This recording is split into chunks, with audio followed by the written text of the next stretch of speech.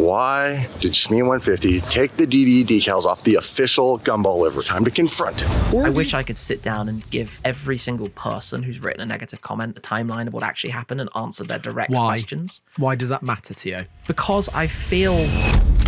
Shmee, in your own words, who are you and what do you do? 5,487 videos, more than one a day for 15 years. I've actually had 76 cars now, and that's a lot of cars. The 12C, I was in the process of just about to leave my job. I financed myself to the hilt to buy it. I spent every bit of capital I had. I worked out at an early stage that by purchasing the car, I could create content around it. That content is literally monetized. I'm trying to find your line of risk. It seems to me like every decision you make, you've really mitigated the risk to the point that it doesn't even necessarily feel like a risk to you. Correct. Have you ever been disappointed with yourself? I don't really know. I'm trying to think what... Tim, welcome to the podcast. It has been a long time coming getting you in the back of this van. You actually sat in the back of this van at petrol hedonism, but we didn't click record on the cameras. And I was convinced this was never going to happen. So I'm going to get right into it and get on with my favourite question, which is, Tim, in your own words, who are you and what do you do? But I'd also like to ask, Shmee, in your own words, who are you and what do you do? Well, welcome to the Shmuseum.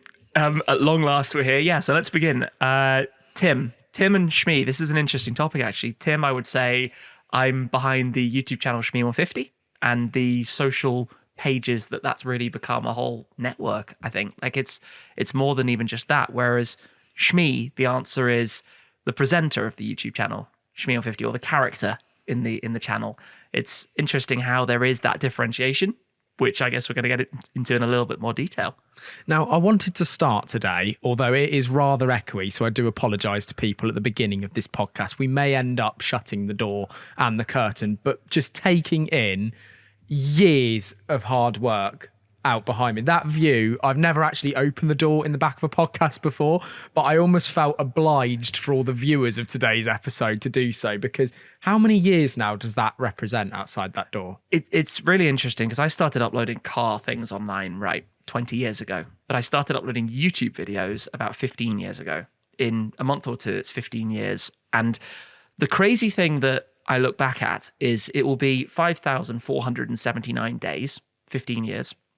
And in that time, I will have uploaded, with the current schedule, 5,487 videos between my two main channels. So more than one a day on average for 15 years.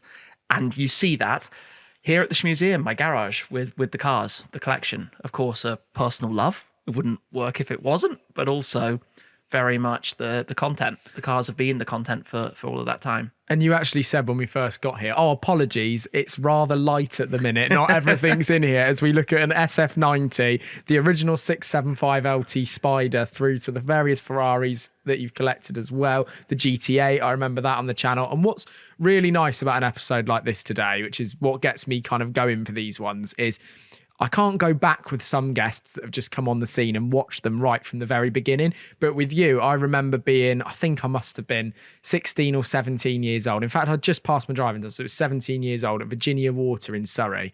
Was the first time I ever saw you. There was a Koenigsegg Agera Passings one at that meet. It was freezing cold next to the lake, and you were there.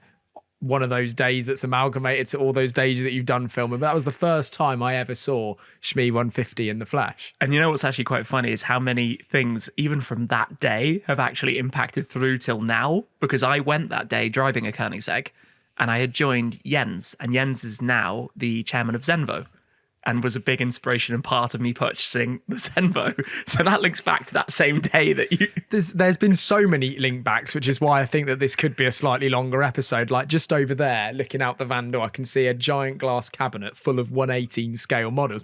And as soon as I saw you start collecting those 118 scale models years ago, I did exactly the same thing for all of the cars that my dad had when I was growing up. And then there's like a line in my cabinet that goes along for the ones that I've now purchased. But as you told me, they are extremely hard to come by. They are hard. I get a lot of people actually asking me, like, where do you get it? How do you find these? And the simple answer is you've just got to search Google until you find who made each one. You know, there's no like one source for every single model of car that ever existed. It's like maybe that one's made by Auto Art, or that one's made by GT Spirit Models, or that one's TSM or BBR or whoever it might be. And you just have to search around and see who has the license.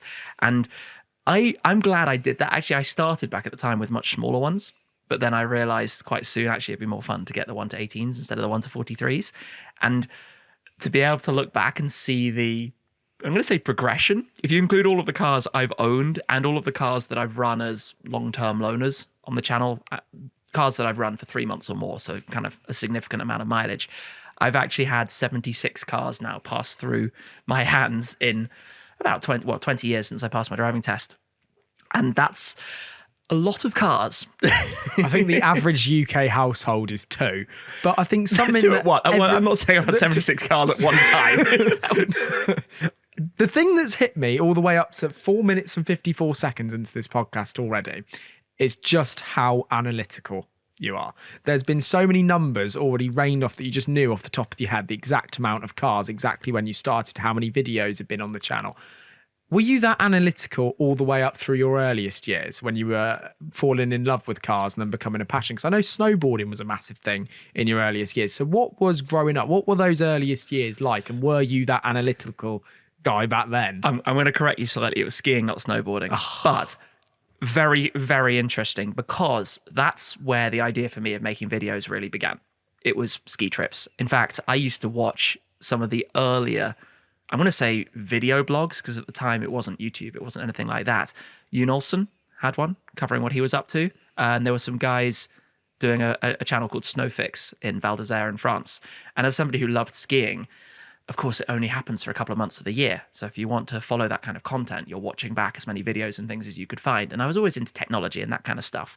So for me, filming ski videos was almost the idea. And then cars kind of happened by mistake because I couldn't film ski stuff. But even then, it was an enjoyment of cameras, making videos, social media, obviously in its infancy. We're talking 20 plus years ago here. And then on towards starting 15 years ago, but bringing that all together and then figuring out what would work. And at the time I started my YouTube channel, I was working in an investment consultancy.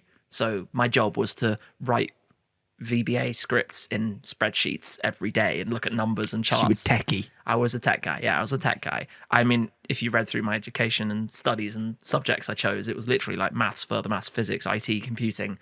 Those are my A levels. I did 5 of them back then. So it's kind of like, you get the point. And therefore, for me, making videos was, I really enjoyed the subject, obviously filming cars. I really enjoyed the engagement you would have with people from around the world.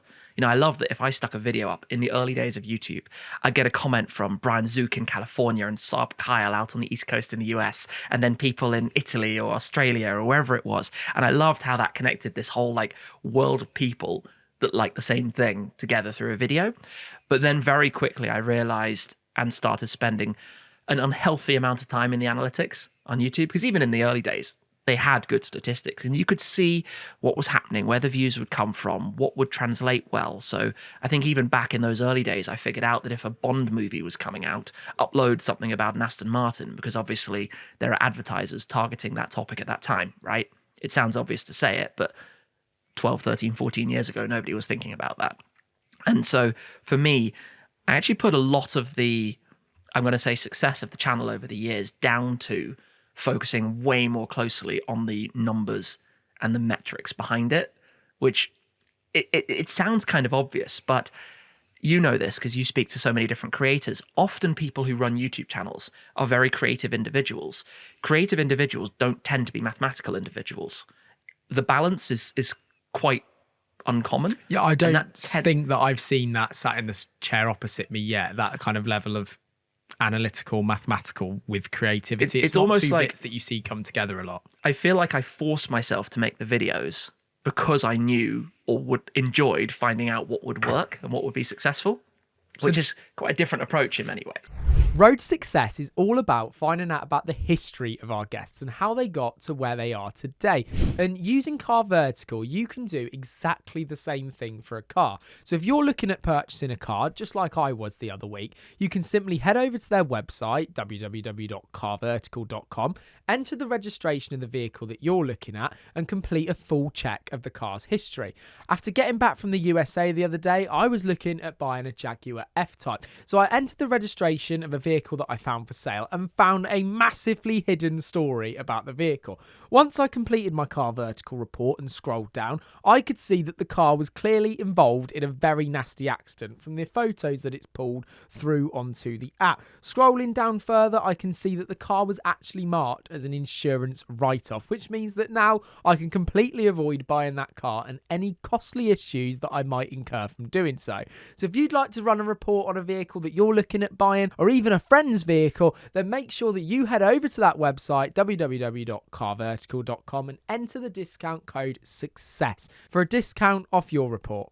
Cheers, Car Vertical. So does that mean even from the early days? Because at the early days, your content was out in London and things were happening. You can't script that a certain car was going to drive by. Yet the kind of way that you're talking is that somebody that would love to script everything and have control and have an absolute, this is what we're doing, and this. The car's going to slide on this corner and this is what's going to happen. But yet when those early videos were actually going out in London, that's the complete opposite thing.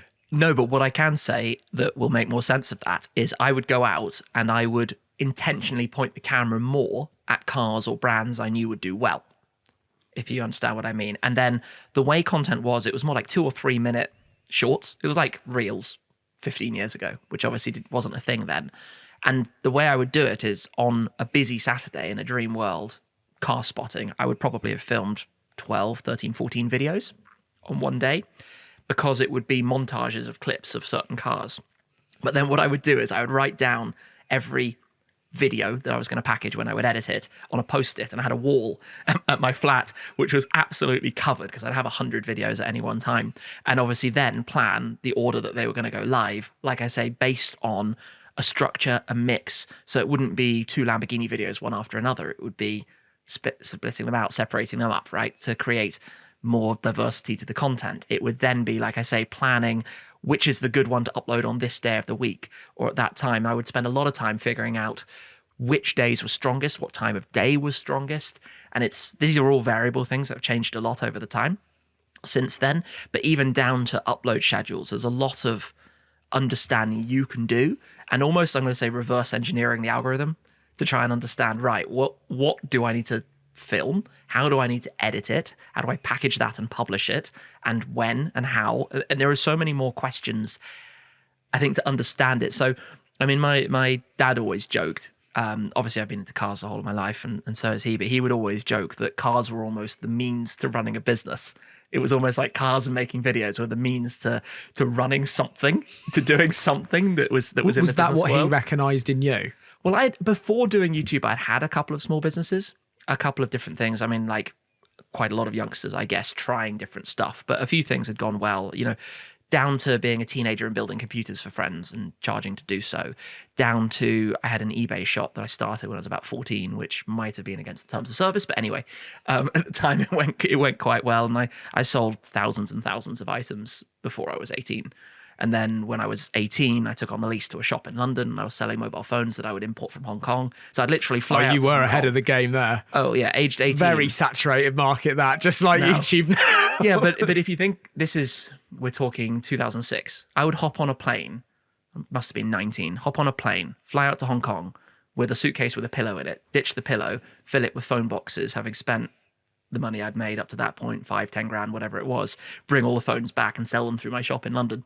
Obviously with a markup.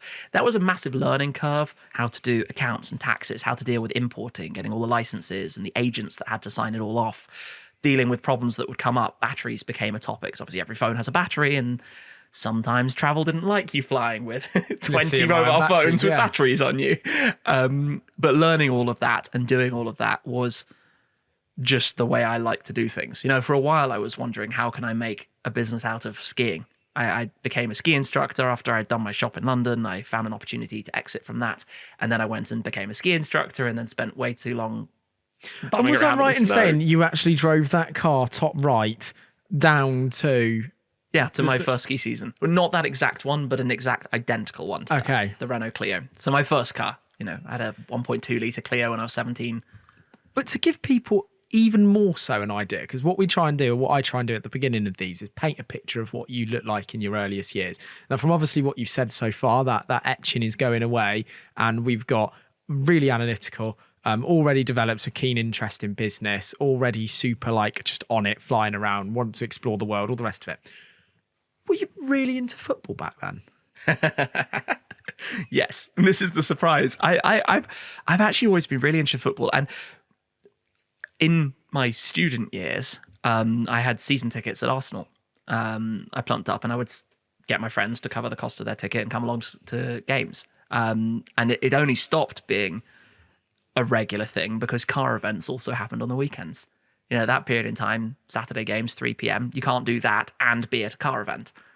So I often then started choosing the car events instead. Bradley has told me, who obviously is part of your channel, many times when we've been sat at a bar, the amount of times that you will just stop everything to get the game on. Whether it be in here, just be right, the game's at this time, and he actually sees it planned into your schedule. Oh, yeah, they're and often has in my seen it diary. in the diary, when the game is, to be able to sit down and watch it, which to me was a massive point in kind of my networking, I guess, getting guests on the channel, where my ears pricked up and I was like, I want to tell people that. I want to tell people that Shmee150 is a football hooligan. But is Shmee150 a football hooligan, or is Tim a football hooligan? Oh, that's interesting. An interesting way to look at it. I think that's something I've figured out over the years. I actually was on a press launch with Aston Martin recently, and I got the whole table talking about this because I find it quite interesting. The crossover between football, soccer for the American viewers, and cars is tiny. There are very few people who are really passionate about both. I don't know why that is, but there really are. Of course, between supercars and Formula One, nearly everyone likes both. But football, the game that obviously is the number one sport in this country, isn't something that crosses over with cars in a very big way. I've got to answer this with Tim, right? Because I grew up with a football shirt every single year when I was younger, with my age and my name on the back of them. I've got every one of those still, all the way through to basically I left school the year that Arsenal moved to their new stadium, to the Emirates Stadium, and that was when it became possible to get a season ticket because there were a lot more seats, etc., etc. So it almost spoon-fed itself to me. I came to live in London, and then I could get season tickets, and then And was that a big part of your family as well? Was that something that come down, or is that completely That's you? completely me. My dad does not really care about football at all. So would you also play football at school? Yeah, of course. Are you good? What position do you play? I was not very good. I liked to Where try. do I like have to a be memory of us playing football somewhere once? I think I could do. be kicking a ball around somewhere. I don't know. It was one of those, I guess for the school team, I was always plopped in the defence somewhere, but obviously, like anybody, wanted to be the goal hanger who gets all the glory. You know what I mean? 1 out of 10 in goals every time. I think just equally, I enjoyed, this is going to sound strange, but it will connect. I also enjoyed the business of football. Have always enjoyed understanding the transfer market, the way that clubs, for example, like Real Madrid and Barcelona could bring a player in and the shirt sales would balance the ludicrous fees they could pay for players. I've always enjoyed trying to understand a bit more about that and the tactics, because there is a very mathematical game even behind football, right? The way that Premier League teams now perform their best is by having the best tactics and moves to make from set position, from kickoffs, from free kicks, from corners, from set pieces, right? So it's a funny one because it doesn't connect to cars, but it's got to be a Tim thing, not a Shmee150 thing. I don't think Shmee150 has any crossover with footballers other than the fact that footballers like cars. It's funny you just said about the understanding the transfer market and the fees, because to anybody that wants to understand that and finds that interesting, when you see a player that's like 80 million or even 100 million or these huge numbers that have been thrown around for the top players in the world, you're looking at that going, well, hang on a second, how do they get their money back from that? How do they afford it when they've got so much overhead, when the player costs so much money? And how much will the shirt sales bring? How much do this? Actually, if I bring that back to a YouTube audience looking at your channel over the years and the sheer amount of cars, and if we pan to the wide shot of everything behind us then, one of the first things that I said when I come in was, well, these Ferraris, these are going to lose a lot of money, like depreciation wise. You've got like an SF90, a Roma, amazing Yeah, cars. don't tell me. For the That's enjoyment. that's the bad bit of it. But there is some depreciation sat out there as well, and they're Yeah. expensive. There is expensive assets. They're millions of pounds of cars sat outside this door. So I guess you could look at each one of those cars like a player for the channel. That's your Yeah. squad out there. And when did you realise, like once you'd started your channel, that there was actually a means that if you achieve this amount of views or with this many upload schedule, was that really early on? Really early. It's funny looking back now, but you have to put yourself in the mindset that there's no concept of YouTube being a business, right? At the time I was purchasing a supercar to create content with it, in those earlier years, there was no understanding from people other than a very small number within the industry that you could even earn any money out of YouTube, right? Now everyone knows, every kid wants to be a YouTuber. It's completely standardized. But I worked out at quite an early stage that there are a couple of things. Number one, by purchasing the car, I could create content around it. That content is literally monetized. Number two, access to additional content through the positioning of the channel. And this is the big thing, right? And we talk about it now in terms of the Ferraris. Having a number of Ferraris, Ferrari is the Halo supercar brand. It's the history, the heritage, the brand. For sure, I love having a variety, McLarens, Aston Martins, Lamborghini, you name it, different cars. But there's something about the Ferrari brand. And to me, while individual cars, you might look and say, hey, that car's going to depreciate however much over the number of years ahead. But there's, firstly, what opportunities will that generate beyond just the videos I'm going to make with it? And then there's the how does it fit into the storyline and the positioning. So it's very complicated, I would say, to try and understand, but it is quite similar to a club playing for a Halo player. A car that's a Halo in the garage can draw attention to the channel, but equally can make other people that I film with interested in what you're doing. I'm going to rewind back here. I bought my first McLaren in 2014, MP4-12C. Got very lucky with a car that had already done a chunk of its depreciation. Early McLarens were big. I mean, I think we're talking 40% down in the first 12 months back then. I mean, that was kind of normal. It's strange to say, but in that same year... I remember the green 650S. I'm sorry, I'm trying so hard. I'm going to get to that next, though. That was the next one. I'm going to get the colour of that first one, because I have followed from the start. What colour is the channel? It was blue, wasn't it? It was light blue. Yes. It was light blue. This was the birth of Shmee blue. The 12C back then, I mean, in 2014, Ferrari dealers were selling you Speciales under list, right? Because that's where the market was. A GT3 RS 4 litre 997, you could get well under list. It's crazy how quickly we've seen this explosion and back down.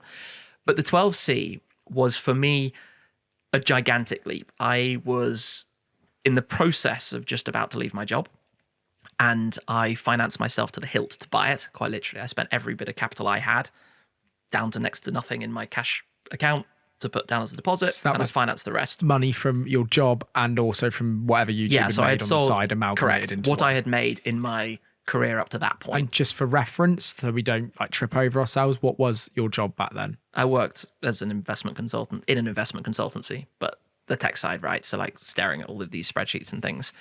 So the 12C was a door opener. I mean, I had a pretty good idea that it could become something. Remember, at this point in time, anybody who owned a car like that wasn't posting about it online.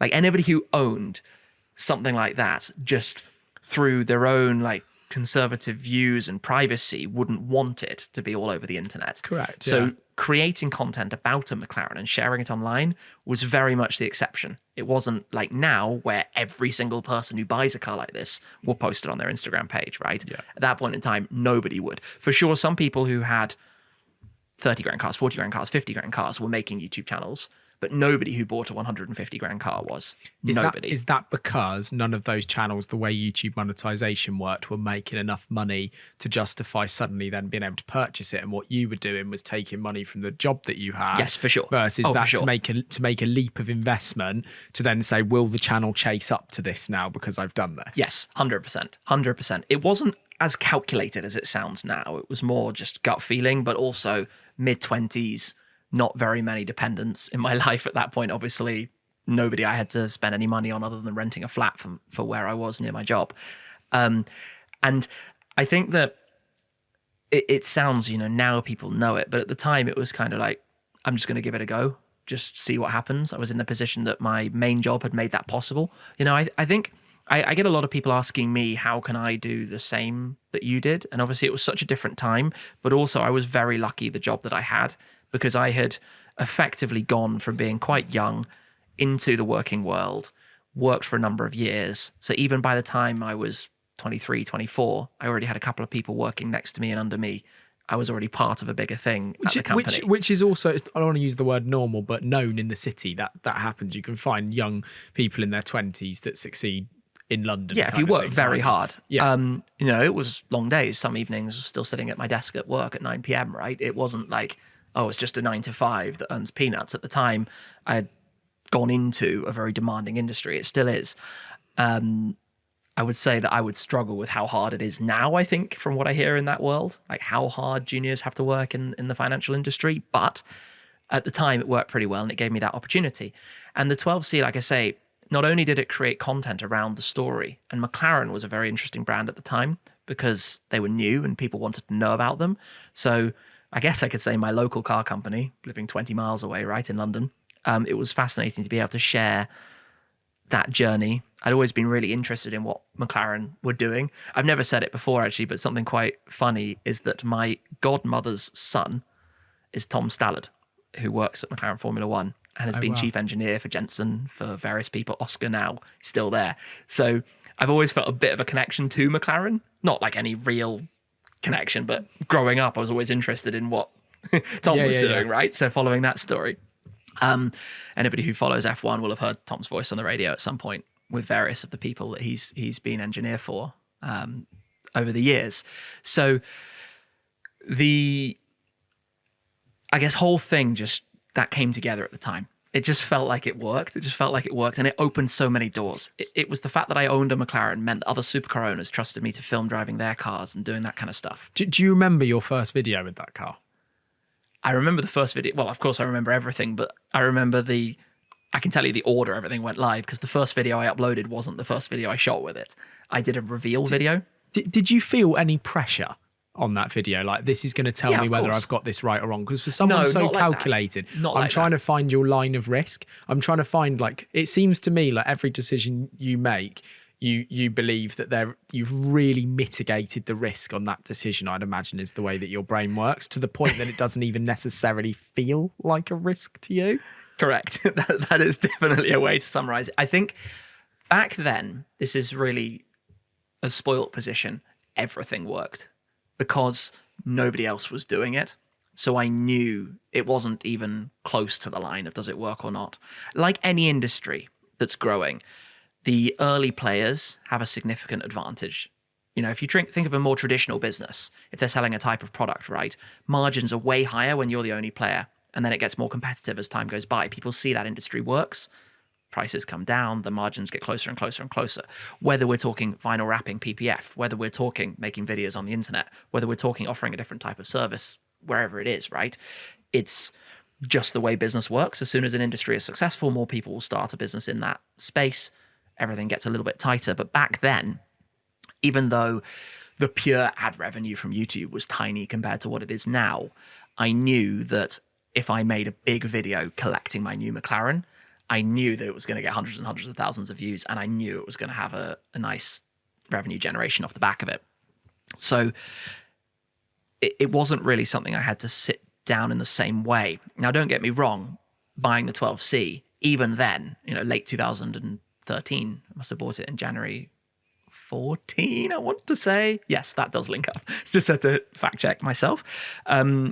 Even then, with that content, before I collected the MP4-12C, I already had multiple pages of notes written out of the videos I was going to make with that car. Like, something people do now, always, every video I do now has a complete script, as you do as well. We all do.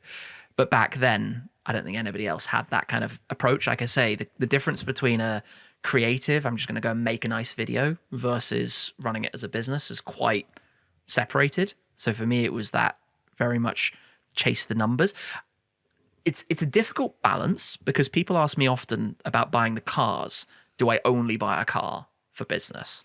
And this is a really tricky one to try and understand, because online you have to be true to yourself. You have to keep your honesty about who you are. If you lose that, it all goes pear-shaped very quickly, right?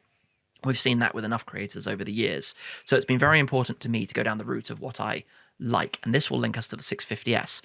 I was very aware from my 12C when the time came that if I wanted maximum YouTube views, late 2014, I should chop it in and buy an Aventador. I absolutely knew that. Aventadors were about £200,000 at the time.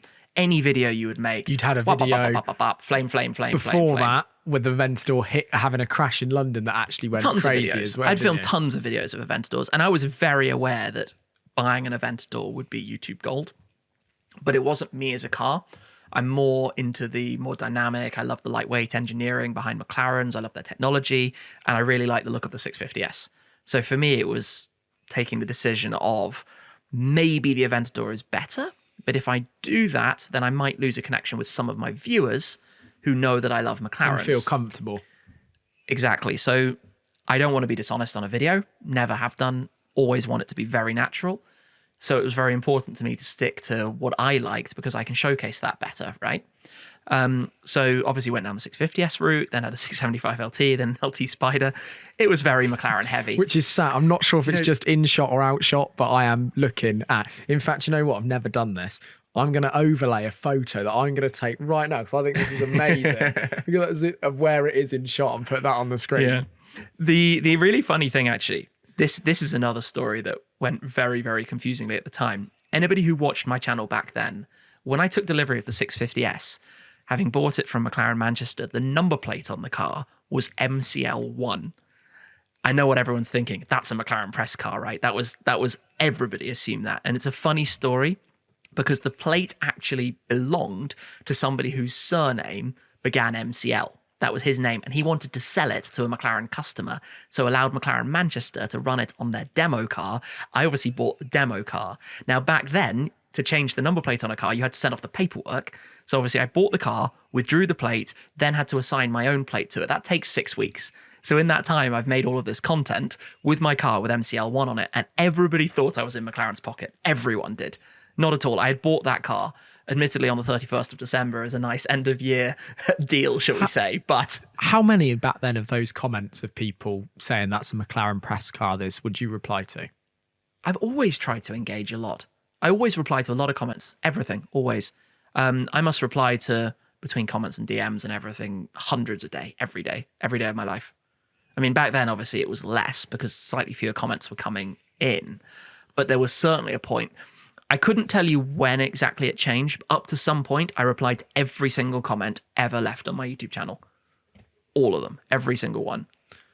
Certainly for years. That's not the norm, for argument's sake. I have a friend, I won't say his name, that has a channel, and he said I will only reply if it makes me laugh. It's his way. Oh, funny. No, I like I said, I think it's important to be honest and open with your viewers. And I've always felt like if people are taking the time to watch my videos, they deserve my time to engage back with them, especially when it's an interesting topic. What I've found over the years that goes off the back of that is you'll write, if you're replying to 500 things in one day, you write very quickly, you just have to quick fire through it. And some things you can come across too abrupt, unintentionally. You know, if the person you're replying to has a different point of view to you, they'll interpret your comment differently. It's always the problem with writing on the internet because it loses that direct. Maybe they should introduce voice note comments. Voice note comments, yeah, that would actually be quite nice. Sometimes I do that on Instagram, more to people I know though. The thing with it though is that those comments then get taken out of proportion, get blown up. Somebody goes and talks about them, and you're like, "Whoa, where did that come from?" You know, that off just a comment. It's just a comment. It's like no big deal. It's just a quick reply to somebody. But I think it's important because it's nice that the viewers feel connected to what you're doing to answer the questions, right? Especially the guys who tune into every video. If somebody's tuning into every single video, you know, I make sure I am on my comments when every new video goes live. Whatever I'm doing, wherever I am, I stop it. And I'll make sure that with my video schedule, I don't book a flight over that time in case I don't have Wi-Fi. Like, it's important. So we shuffle our travel schedule to fit with when the videos go out. Or if I know I've got a 3-hour drive. That's the first time I've ever heard that. Really? Yeah, by a mile. I'm online when every video goes live. Every single one, without fail. Always. Never missed. Pretty much for every day that you've been doing this. I mean, obviously, I don't upload such frequent content now as I used to. because it used to be double a day for a long period. I think it's important. It's important to see what your viewer sees. I'll generally load the video at the time it goes live. So even though I'm not watching this as my own video, it's in the background. So I'm at the same point of the video as the person watching it. So when those comments come in, you see that happening. So it gets to like the interesting part of revealing a spec of the car. Maybe that happens at 15 minutes in the video. 15 minutes after it went live is when the comments start coming in about the actual spec. That kind of thing. So back at the beginning, those earliest days, the 650S, the 12C, when you're talking about you bought the 12C, you knew the ad revenue would come in. When you did the 650S, you knew that would be a spike and there'd be some good views. Were people like, and this is very relevant now, Car Vertical? There we go. There's my integration. Wow. Were Car Vertical around? Were sponsors around back in those days? Would you also have that doubled up of revenue where it'd be like the channel and sponsors? I don't necessarily remember that from your video. No, I think my first brand deal was maybe 2012. Okay, so really very early days. Of course, tiny sums compared to now. Obviously, audiences hadn't grown and companies weren't putting budgets in that direction back at the time. But that has always been a thing. Now, when it comes to brand deals and sponsors, one thing you probably notice on my channel is that I don't put them at a manufacturer's event. If I go to a press launch with an OEM, I won't be splashing a sponsor into that content because that content is more journalistic about the car, right? So it's always been kind of like that. I'll put them more in my garage updates, or it'll be a specific piece of content. My perfect collaboration with a brand is where the content about that brand's product or service is interesting as a piece of content, if that makes sense. So not like a complete break in the video. Here's a shout out to something. Sometimes you need to. At the end of the day, I've got bills to pay. I've got staff on payroll. You need to bring these things together. But the perfect video is literally, here is the setup. If it's Lego showing the 1-to-1 Bugatti Chiron, that would be a dream integration with Lego because here's the product I'm filming, right? Like, you don't need to shoehorn something in awkwardly. Brands have always existed and worked with. We're probably quite picky. Very few of my videos have brand campaigns in them. I'd guess it's probably at most 10 to 20% of the videos. Most of them don't. Partly because of the type of content, partly because of, for me, I feel it's more important to create good content for the viewer. I don't want to subject them to constant advert after advert. Do you think that's a big deal then? I think it gets frustrating as a viewer. Like, I'm sure you have. If you look at the retention times on YouTube and you look at when the ad integration starts, dunk, and when it ends, dunk, back up again. And that's normal for everyone in the industry. Your viewers feel like there's so many adverts in their faces now. Do you prefer, or did you enjoy YouTube more back in the day that you collected that 650S than what you do now? Yeah, massively. Massively. Not even comparable for me. I'm going to say the main reason because it was still new and exciting and unknown. Now it's all known and understood. You could still come up with original content ideas. You could still create things that nobody had done, and you could still experiment more. Now, get one thing wrong and you'll be completely hung up to dry, thrown out the window straight away. Now you have to be so much more, let's say, I'm going to say like formulaic, but I always have been. Now you're completely in the hands, like any channel that's grown and become a business, right? Become a business off the back of that because of those overheads you have, right? The monthly costs that you're going to need to make every month regardless. For a lot of people, that changes how it all is. Whereas for me, like I say, back in that 650S era, it was all, I'm going to say it was all fun, but it was serious fun, if you know what I mean. Like you were living and breathing it. Like, I can't believe this is real. Did you have a little bit more of that? Because there's a few things that I find really fascinating about your story because of the videos that I've enjoyed growing up. And something that struck me, I'd say actually from when I was quite young, I've been always quite analytical thinking. I wonder how they actually feel about this or actually feel about this. Is there's a point where you peak. You drive a McLaren F1 GTR, the rest of it. How quickly did you get I don't really know where I go from here? Did you have that? I have that now in a big way, in the sense of I never dreamt that this might be possible, to have these cars in the garage and some of the opportunities I've had.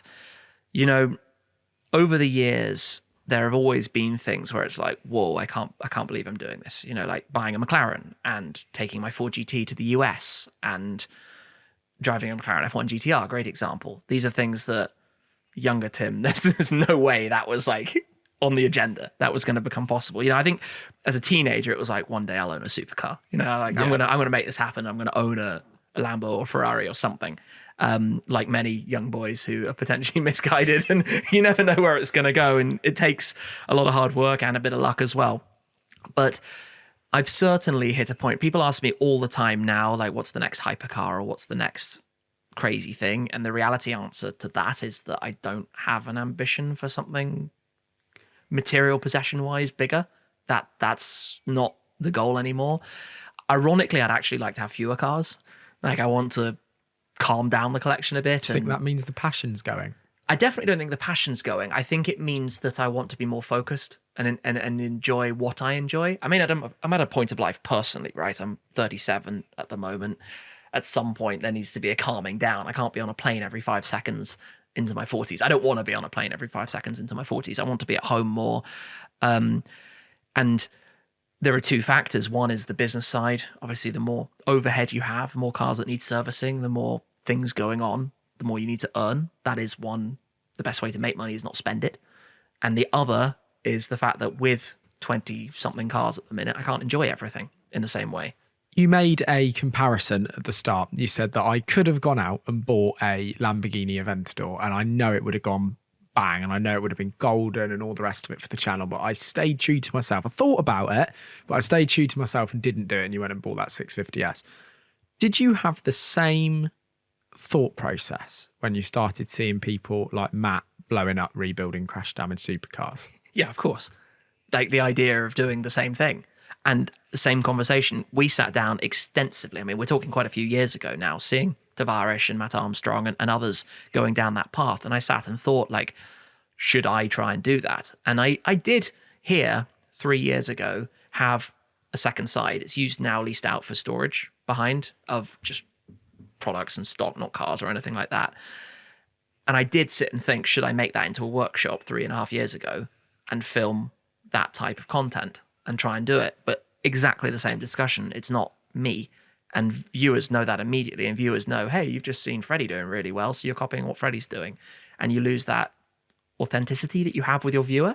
And it's priceless. That's such an important thing. You know, my audience, or at least even anybody who goes to my channel now, and this is the crazy thing, everything's there in perpetuity, right? You can go back now and see my first YouTube video 15 years ago, young 20s, a long time ago in my personal life. You can go back now and see my first ever vlog and how bad I was on camera. It's all out there. You can go back and see this journey from my 123D that I had at the beginning to the collection of cars now.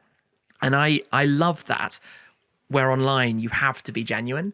You're kind of forced into it, because if you're not, people see it.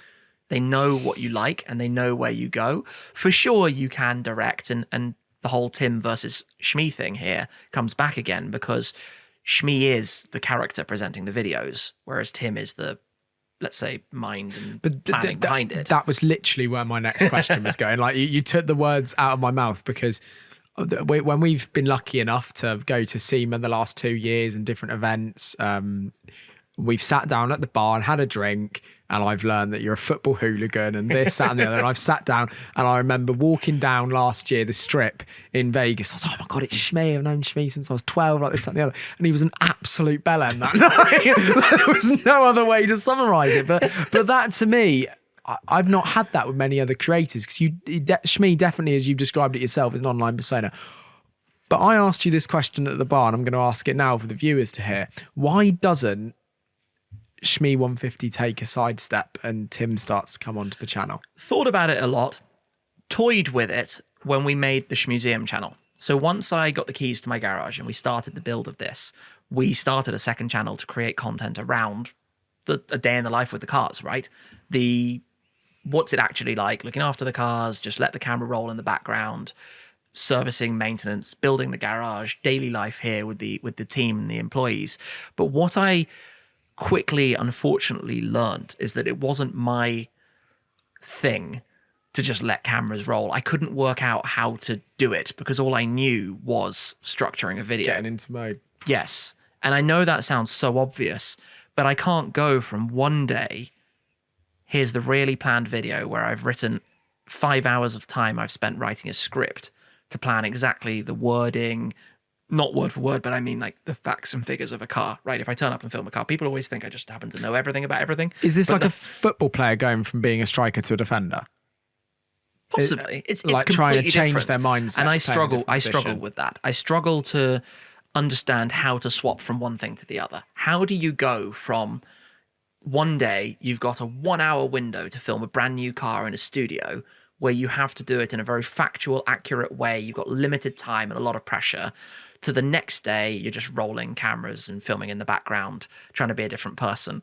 And to me, it's almost, after doing it for so long, at that point I'm 12 years in, right? Camera goes on, right, this is what we're doing. I often wonder, like, could we make it work? And it's something we've toyed with. I've actually filmed some videos and tried some things and filmed clips that haven't gone anywhere because I've just been trying to think, can we do this differently? But I like now trying to figure out how to make a piece of content that has value to the viewer, to make videos that the viewer watching learns something, gets something, feels something. It's not just drab cameras rolling.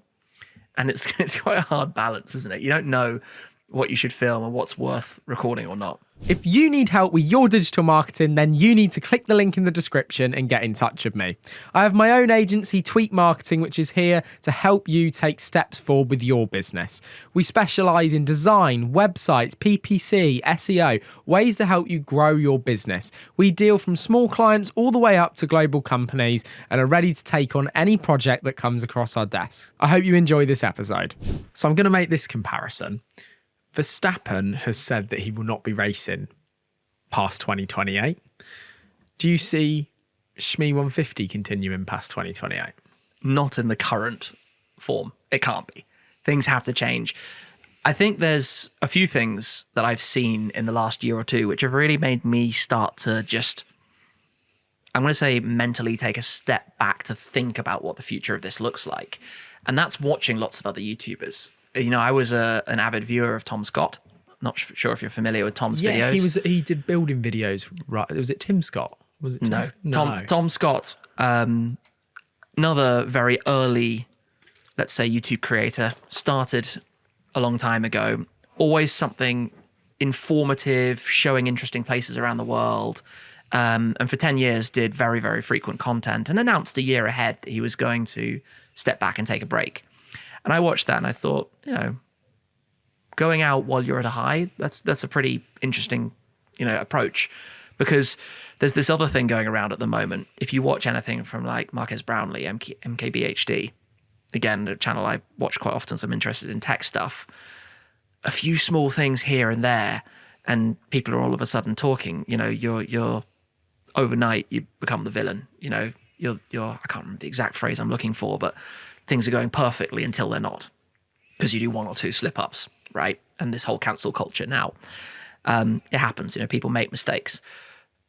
There's so much that happens when you're a very big player in your industry. You go from being the underdog who's growing with tons of support and people helping you through and pushing you, to you become the biggest, and then all of a sudden everyone wants to attack you. And you've seen that with Mr. Beast. You've seen that with the Paul brothers, admittedly getting lots of things wrong. But do you like Mr. Beast? I'm fascinated by what they do. It's not, let's say, my typical style of content, but I do end up watching the videos because I'm so interested in how does this work. Do you think, I forget his real name. Jimmy? Do you think Jimmy and Mr. Beast are very similar to Tim and Shmee150? I'm sure in many ways. Mr. Beast is curated content that Jimmy is presenting, right?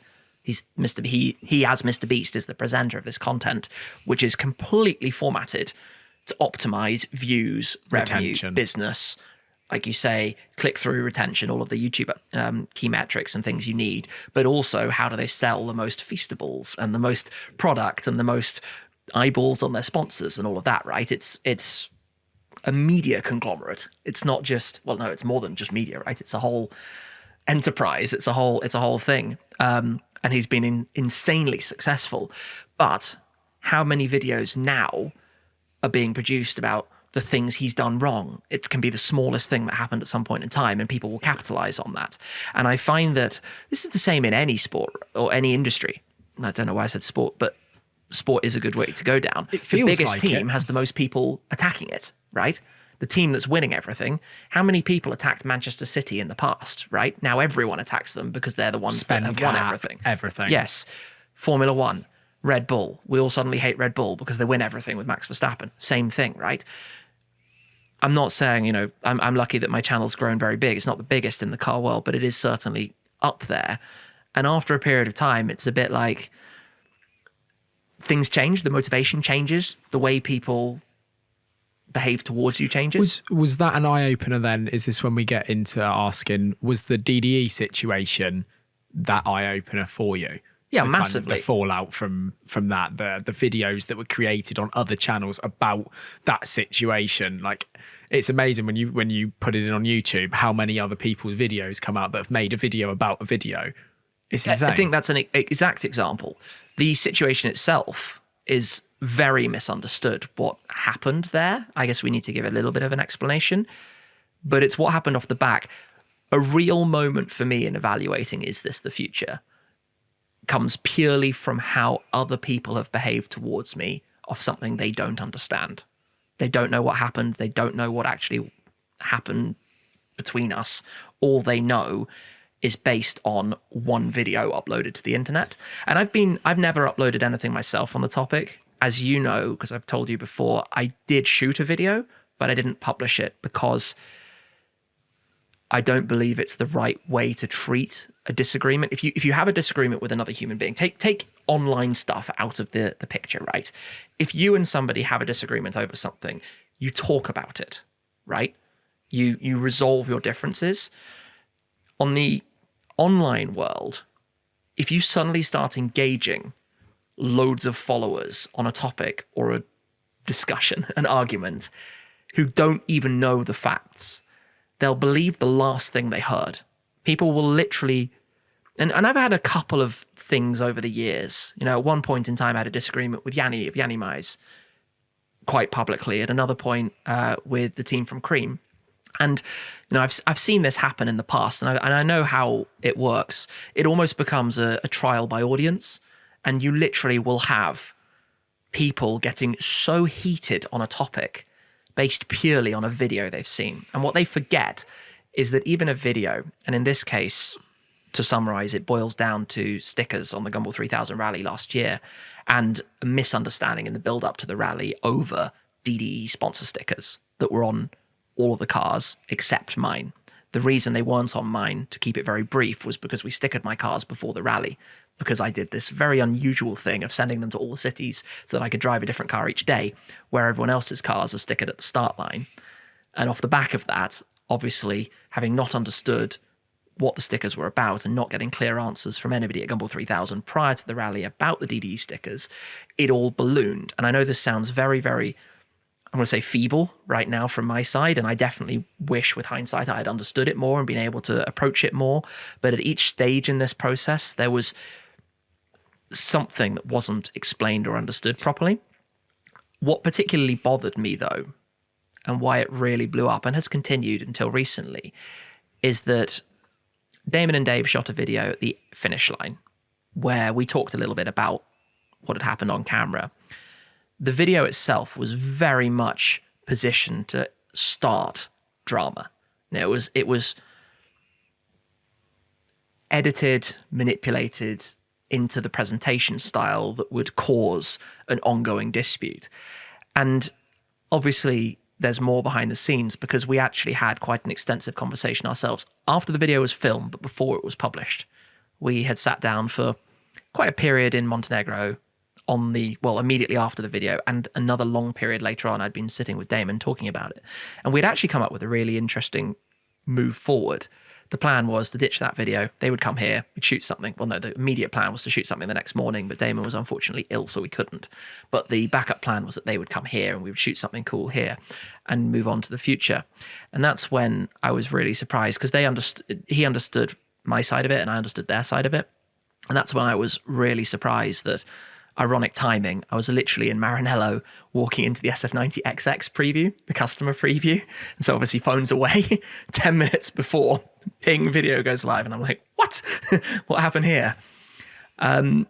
Quick win for clicks. Just because there's going to be all different people from many different audiences watching this. So if Yeah. I play devil's advocate a little bit for a minute, let's imagine there's a car in here and you're stickering it up with all of the stickers. You have a sticker pack from Gumball and there's stickers all over the floor. To be clear, did you look at some DDE logos and think, why are they in that sticker pack? Completely. Why are they going on the car?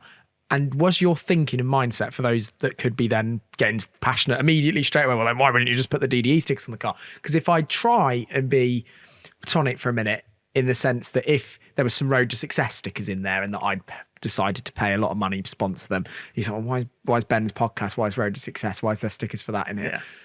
We're all YouTube channels and we all collaborate. You've collaborated with lots of people over the years. Seb Delaney, Sam, Paul Wallace was all the people I saw growing up. But there's always there an element of, well, hang on a second, these cars are going to be in my videos constantly. There's another channel's name on there. Does that really need to be on there? Was that the thinking by not putting them on initially? No. So background for Gumball 3000. I've done it many, many times. Every year that I've done it, obviously you get the sponsor stickers for the rally. I've taken part with many different teams. I've been an invited guest with Team Habibis, with Josh Cartu's team, House Cartu, with Team Wolfpack. And teams on the rally is quite normal. Groups of friends driving together, stickering up their cars or doing a livery, a wrap that matches from one car to the next. That's quite a normal thing. And the sponsors tend to be corporates, very separate from the team names. So as soon as the stickers arrived, and obviously there are DDE stickers, I asked Gumball 3000, I said, what's the deal with the DDE stickers? And the honest reply, show the messages, is that they didn't know at that time, because DDE weren't on the official sponsor list at that time that had been published online. And remember, again, this is before the rally, so it's not like it's in the public at this time. And so we stick it up before an event that was about, I want to say 2 weeks before, where I took my car. And this is kind of where it, I'm going to say, blew up, because at that point we hadn't stickered the rest of the cars. And I didn't put the DDE stickers on immediately because I didn't understand why another team, and DDE are a team on the rally, had their stickers, and Gumball hadn't given me a direct answer of they are a sponsor. I didn't have that. So after that event... That'd be like them wondering why Shmee150 stickers were in their pack and probably be questioned. For sure they would. Absolutely. But after that event, where it went weirdly wrong is that I was told by Gumball, DDE know about it and they'll reach out to you. So I was expecting to hear from somebody about something, right? And we were going to figure it out. Yeah, this was then after the rally had started and they'd seen those stickers. No, this is 2 weeks before. Okay. This is 2 weeks before, but no conversation happened. And then when we were stickering up the rest of my cars, like a week later, a week, 10 days before the rally, and putting all the stickers on, I asked again, and I got some strange replies. Like there was no, they are a sponsor of the rally. And of course, having been around rallies for a long time, there's more to this when it comes to sponsors and different things.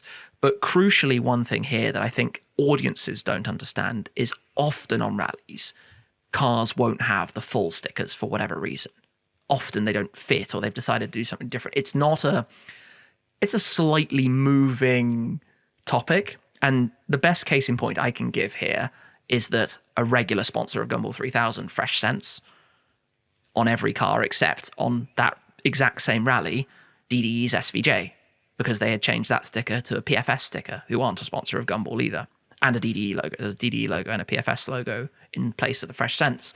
And equally, every single car had the Movember, Gumball's charity, moustaches on the nose, and their car didn't, because they wanted to do their own FINA livery, so they didn't have the official charity sponsor on the car.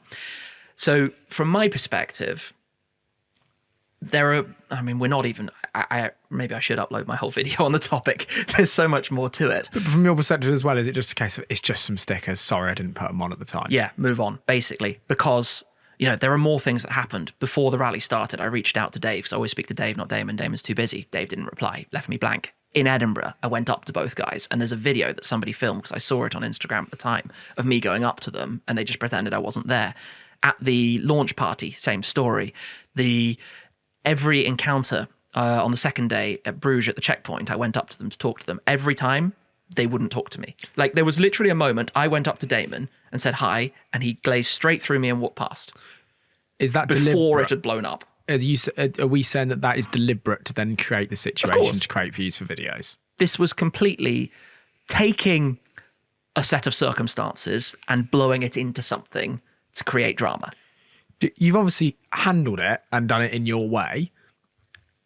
Do you wish, sat here now, that those stickers did just go on the car at the start and you didn't have any of this? Or do you think that you're quite happy knowing where everybody sits and how that situation's come out, and those guys act in that way, you act in this way?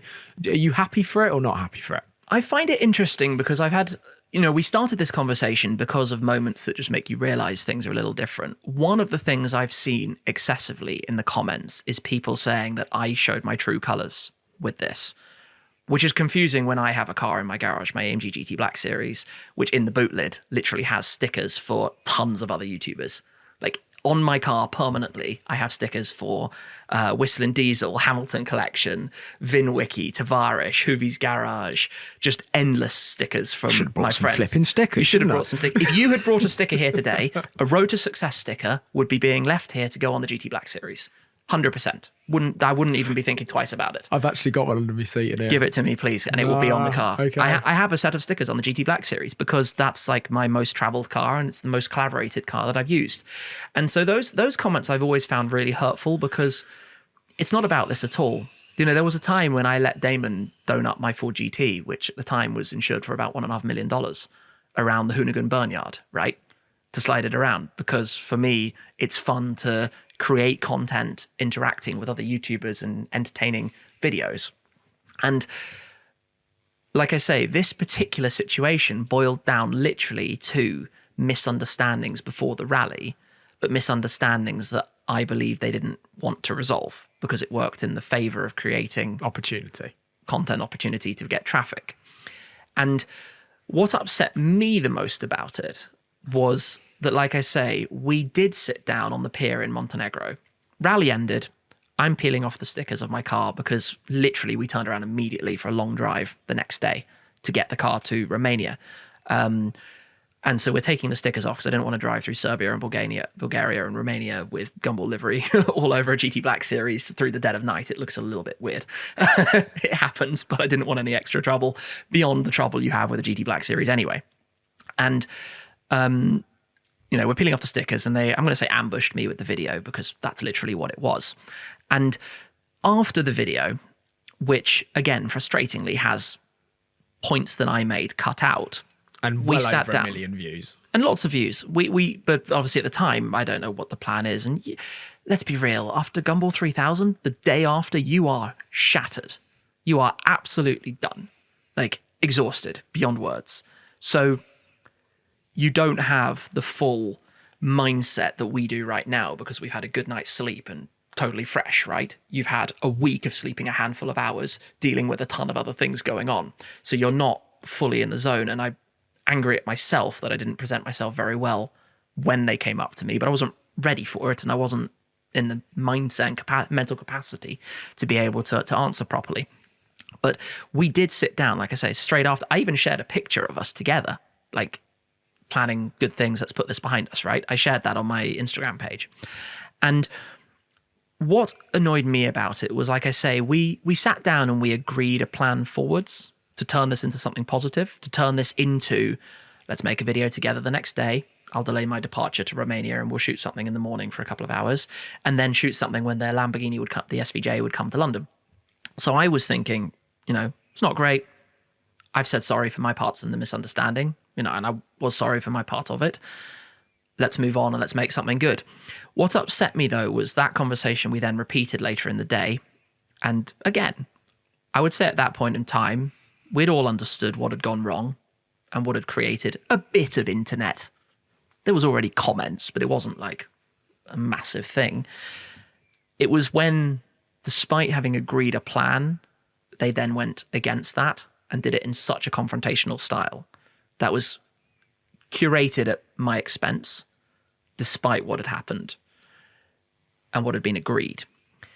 And I struggle when a person in your life or that you've been around has done something, has told you a lie, basically, because the agreement was the content we would make explaining what actually happened, not putting out a video intentionally curated to make it as big as possible.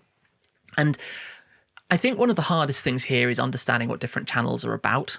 My channel is about sharing cool car experiences and information about cars. It's not about me personally.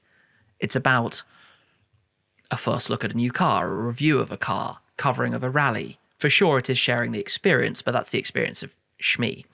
And what this video that was published by DDE did was confuse the audience on that, because their content is very much chasing the views, right? It always has been. I think Damon's spoken about that many times on videos. It's about how do we absolutely get the most traffic possible, and if a car stops earning us some money, boom, off it goes. And therefore, there's a different objective from the very beginning. What these channels are after is completely from one side to another. And so off the back of this, you have an audience who don't understand that. You don't understand that they don't mind hiring an actor to evict them from their property if it makes a good video, or hiring a tow truck to impound a car because then they can make a video. Whereas you'd never see that on my content. My content is exactly what happened. Nothing's made up for the purposes of getting more views.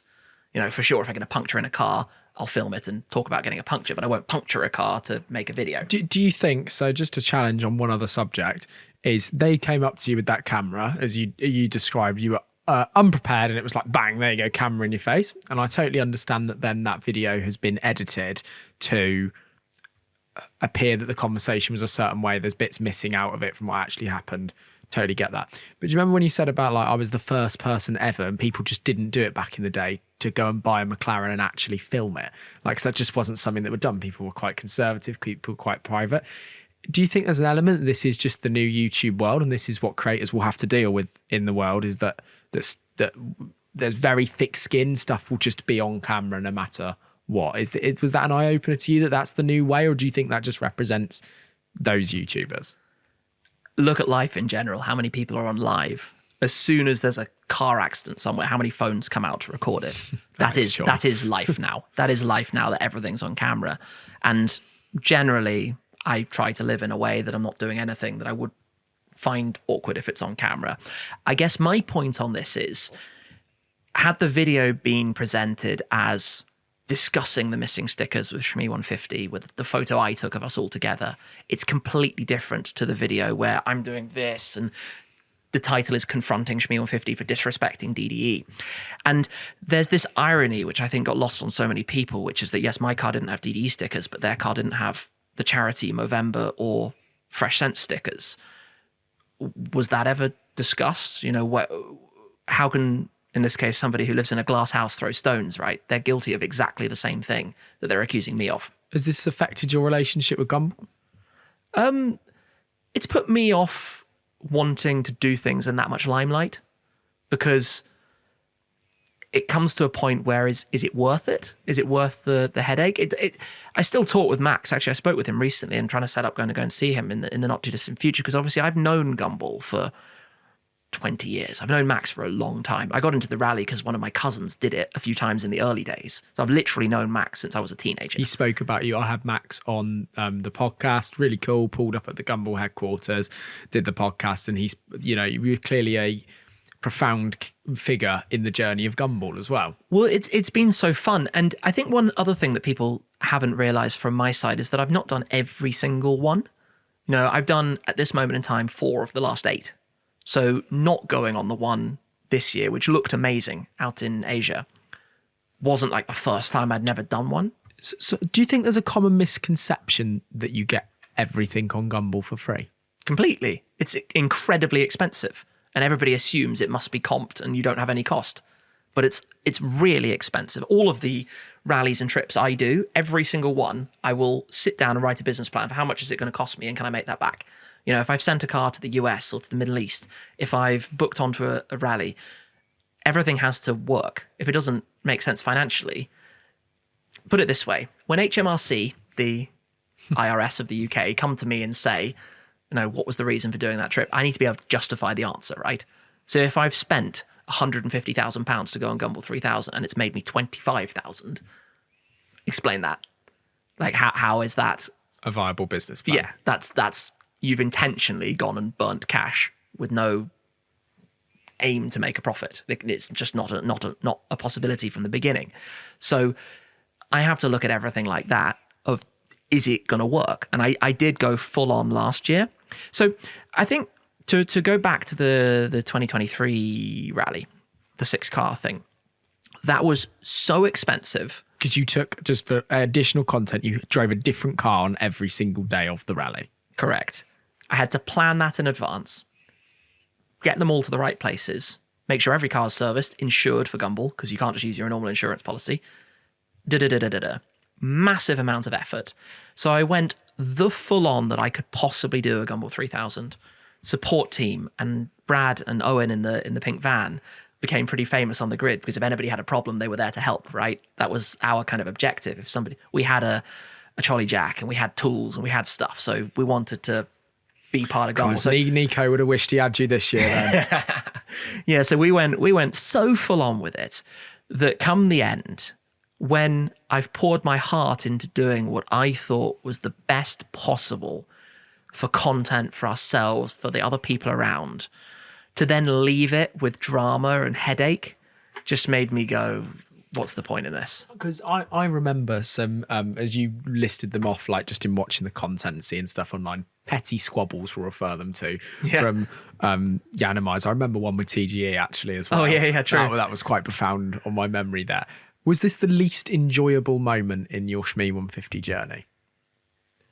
The fallout afterwards, yeah. The misunderstanding. Like I say, I wish that I could sit down, and I don't feel like I've explained it very well now either, but I wish I could sit down and give every single person who's written a negative comment the timeline of what actually happened and answer their direct questions. Why does that matter to you? Because I feel that if people knew the truth behind it, they would have a different perspective. I feel that if people knew exactly what happened, I wish that people could have had a microphone or a camera listening to the conversation that we had afterwards.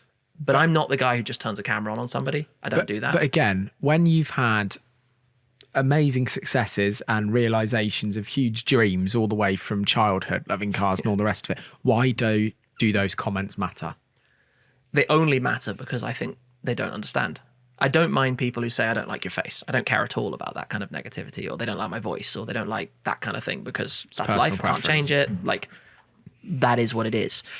I don't like it when somebody has the wrong understanding of a situation, because there's a ton of people who've said, like, very basic one, people have said, why did you remove the DDE stickers? I didn't remove them. They were never on. If that makes sense. Very small thing, but it makes it sound like, it sounds way worse if people think I've gone up to my cars and taken them off every day, right? Than if it was because they never went on.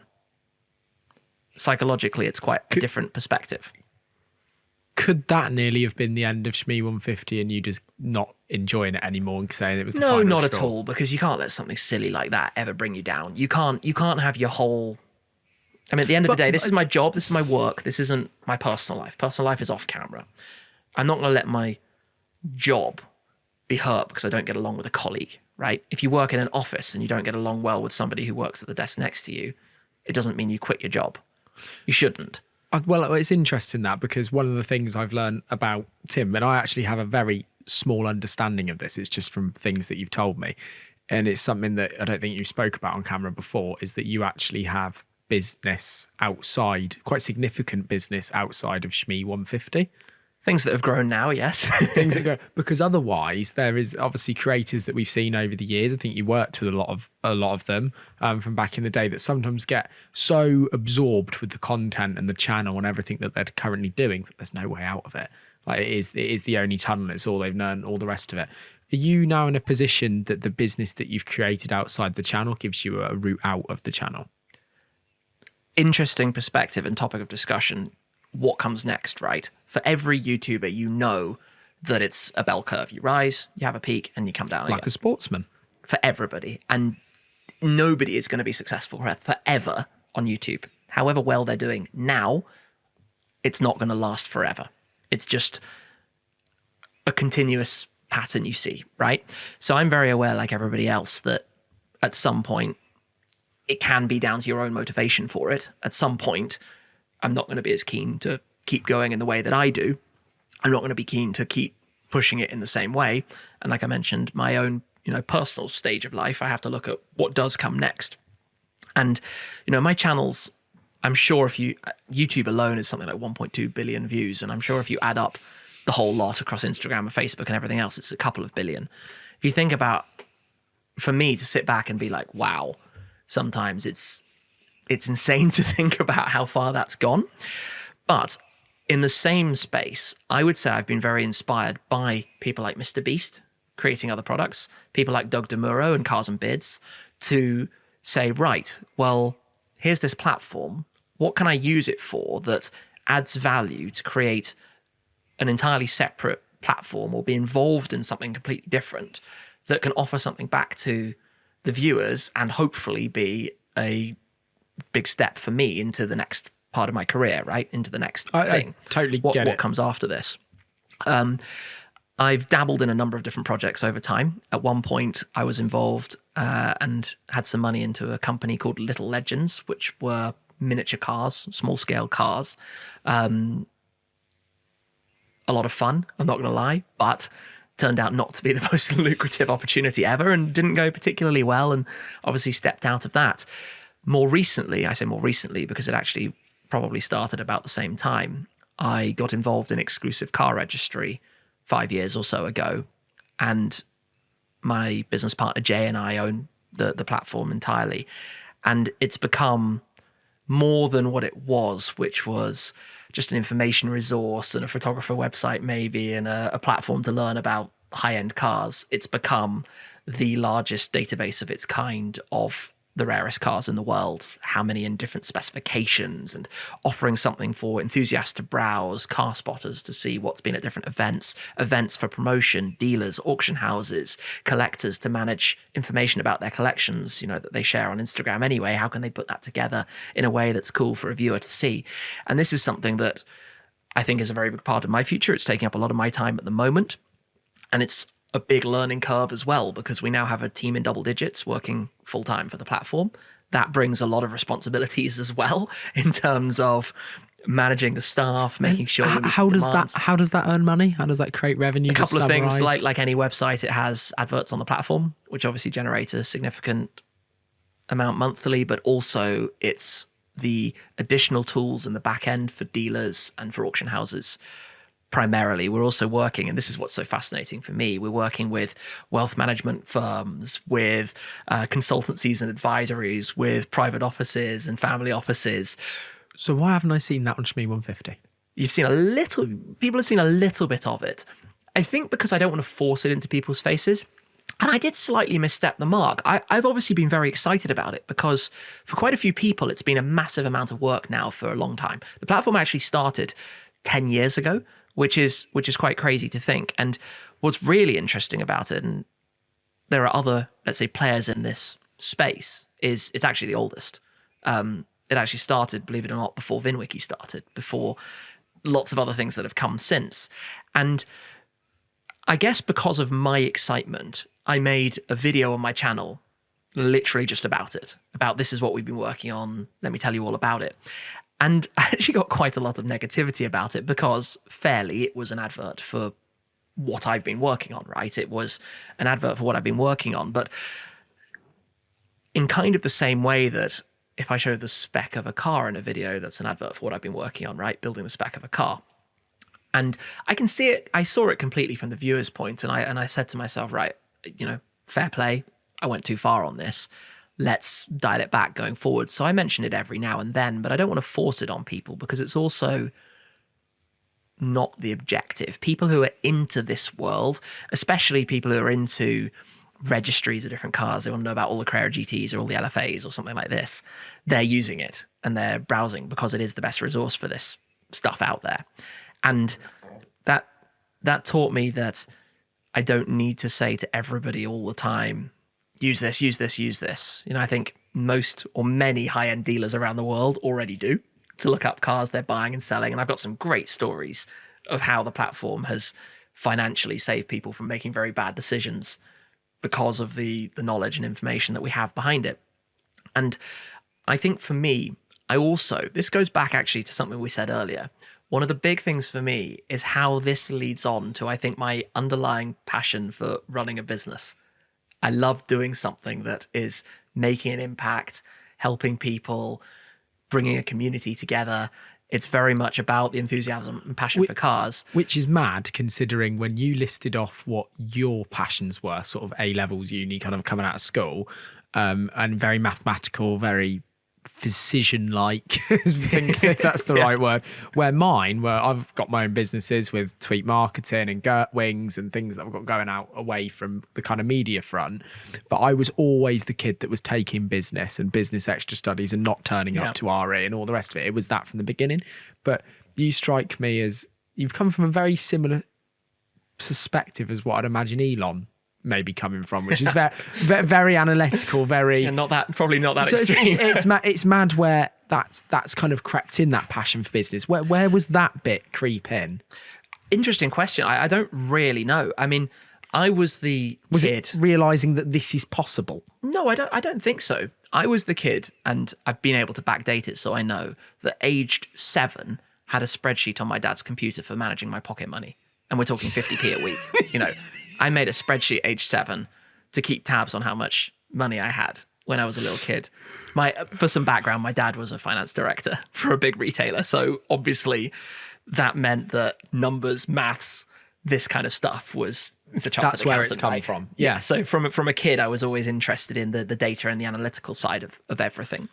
And that's what ECR is. ECR is data about cars, right? It's how many of them are out there, how many are in this country. It's all data and charts.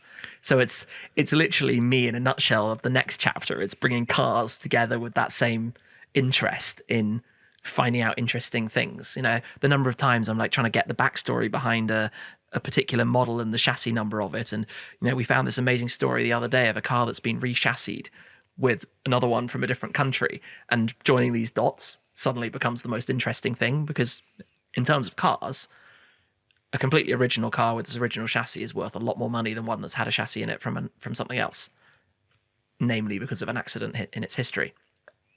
And knowing that has a direct impact on something. So I think that, I was very lucky that I grew up with lots of gadgets and toys. My dad, like I said, had a good job, and it meant that I got to have a good education and quite a lot of travel and a lot of gadgets, video cameras, tape camcorders when I was a kid. So I've actually got lots of clips of me as a kid cycling and that kind of thing. But that almost like instilled a desire in me to do more of that, to go further and to use that. I think it's very easy to get confused on that. And, running a YouTube channel, as you know well, and as a lot of people know, it's an immense amount of work. You don't... Well, honestly, hand on heart, I had no idea it would be yet another full-time job within everything I do.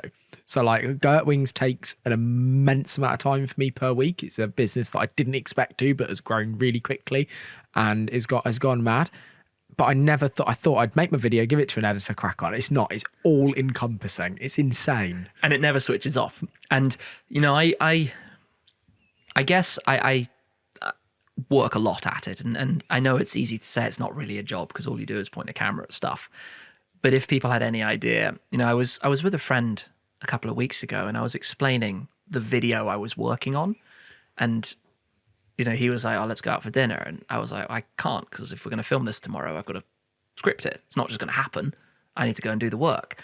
And I judge now that even after I've got the video lined up, like the travel's booked and I know what I'm filming, like what car it is or where we are, it's still a sit down of between 3 to 6 hours for me to work out exactly what that video looks like. And by that, I mean titles and thumbnail planning, scripting out the chapters of the video, perhaps the exact wording of the intro if it's necessary, the information about the car, Like, are there any specific This is stories? the bit that fascinates me. And this is the first time I ever saw this in action and actually like realized, you know, when you see something, you're just like, you're absorbing it. But then sometimes you just look at that thing and you go, well, hang on a second. Like, that's insane. And I think it's a shame that the Geneva Motor Show is no longer going on because I heard stories, so many stories from people around you of just how you've, I'm going to call it farmed that show. Like, just there was nobody that could get to a car, be on that stage and be next to it as fast and as quick as you. How would you, genuinely baffled by this, with your video camera, memorize that amount of data for a video? Because there wasn't really many cuts or stages when they went together, maybe like an occasional one in the video, but you were reeling off that real time with no phone, no thing, and the car had only just frigging been released. Like, yeah. have you got like a photographic memory or something? I have a semi-photographic memory, not complete photographic.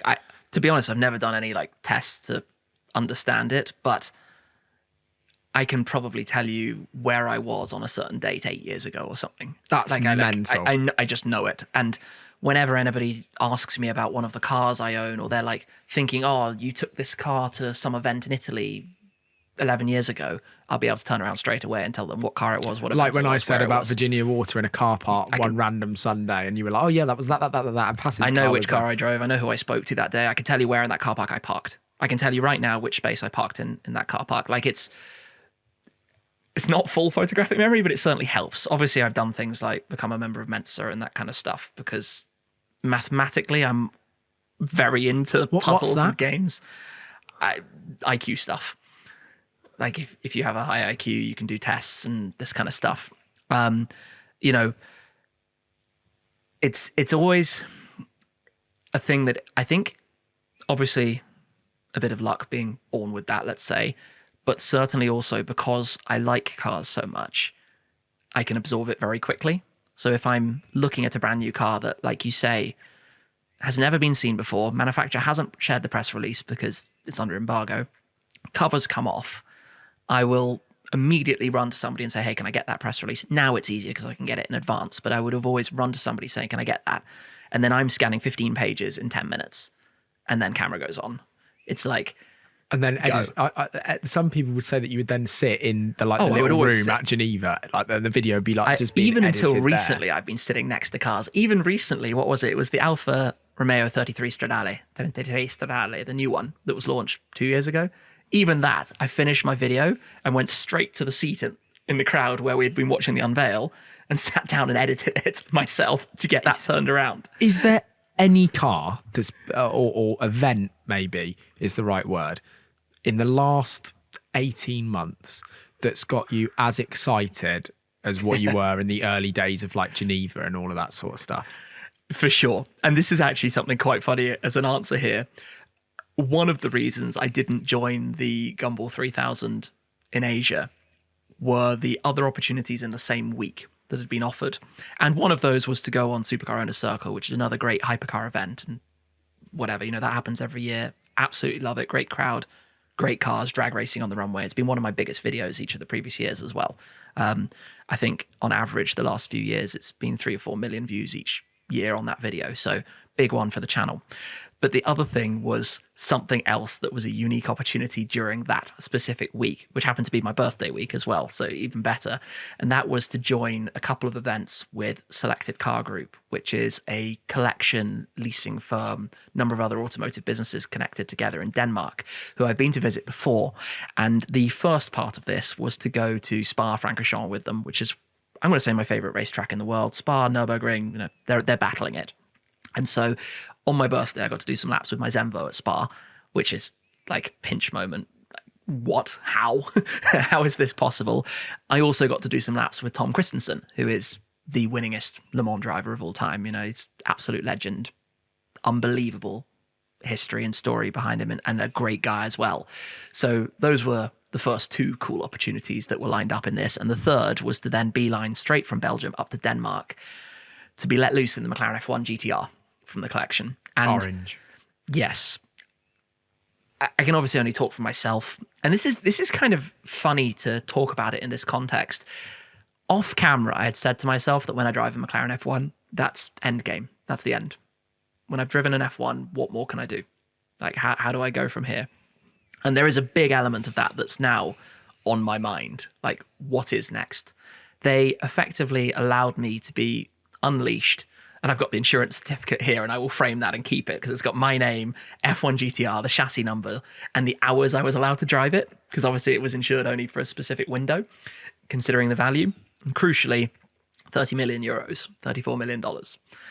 And to me, that moment was something I'd always dreamt of. Sorry, it hit me a second afterwards. How much money that is. Yeah.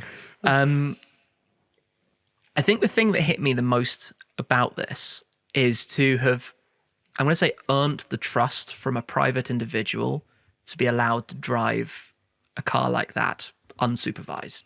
That they made it possible to go and just go drive it and share that with the viewer.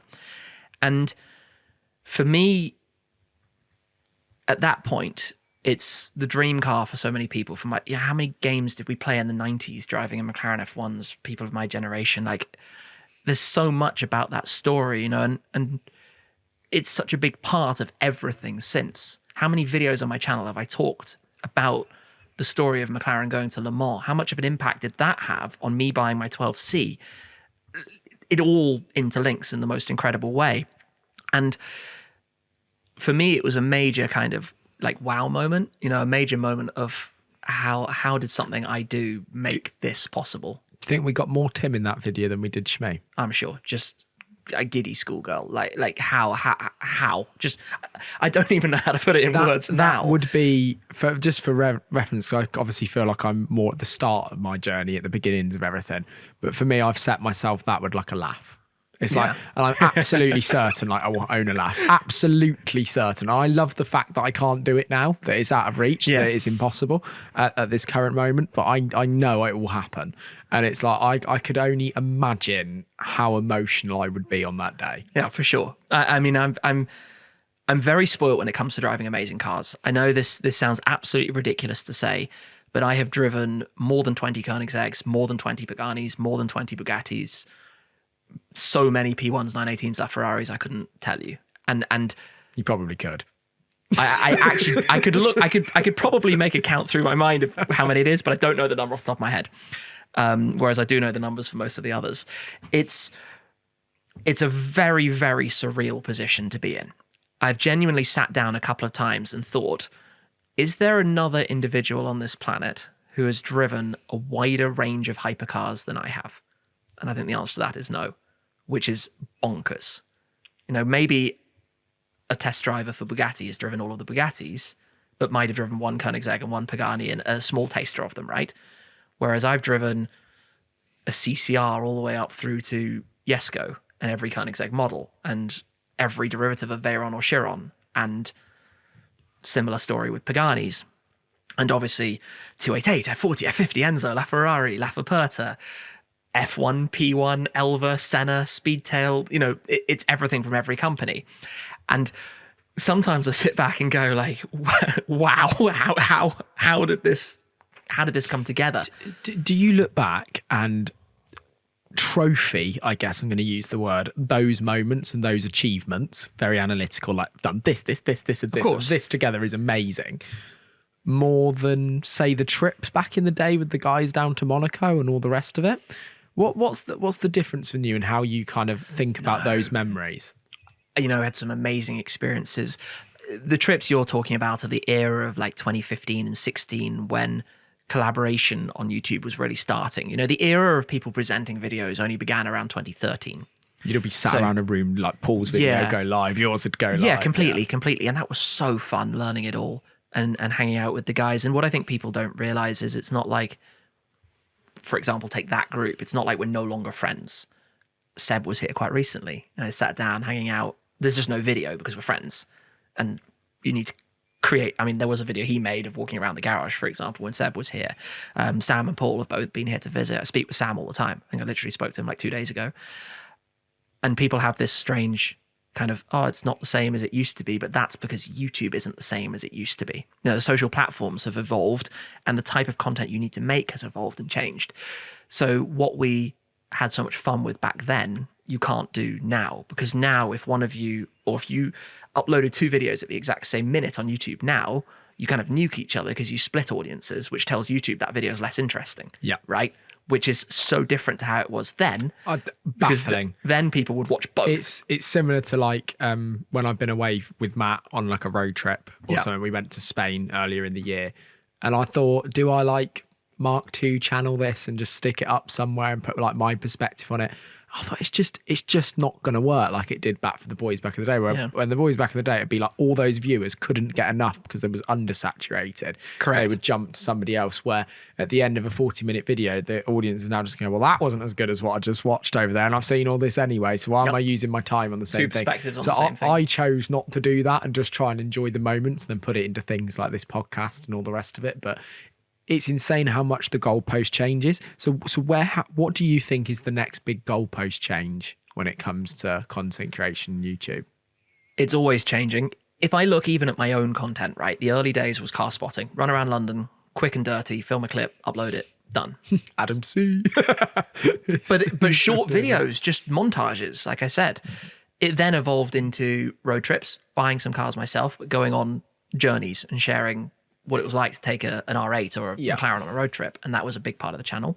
Then it evolved into more with manufacturers, making those connections with the car brands, going on press launches, sitting at tables with some of the journalists I've been reading for decades, right? I was going on launches and there I'm like Andrew Frankel and Steve Sutcliffe and Chris Harris. I get that moment. There was an evening at a pub at Goodwood this year that I got invited to, God knows how.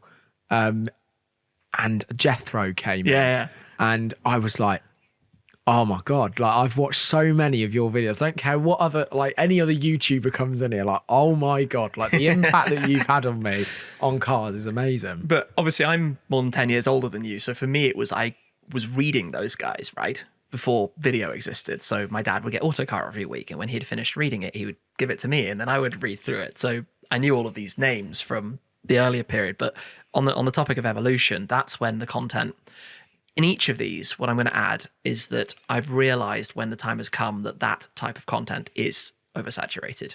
Car spotting, lots of people started doing it into the road trips. Lots of people started doing it into the press drives. Lots of people started going on them more into visiting collections and more private people's collaborations type content. Lots of people started doing it more into my own cars because having now built the position to be able to purchase new Ferraris, it's another insight into a world that isn't really covered. You in basically many ways. created an encyclopedia.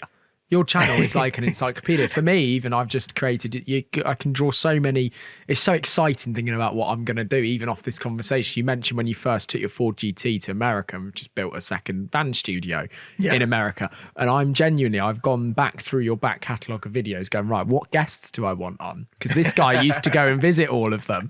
So it's just like, right, okay, I need to get Dave from Hingwilly Jewelers. I need to go and see Manny Koshbin. Like these are the people that I grew up watching, and because of that content, I'd be able to go and have a conversation with them and be able to actually refer back to moments because I'd seen them in your videos. Well, it's fun how it all still exists. So I mean, I've tangented massively, but obviously the recent content has been more about that. And you ask about the next chapter, and I would say the chapter we've entered now is one that's heavily inspired by Mr. Beast and Matt Armstrong for me.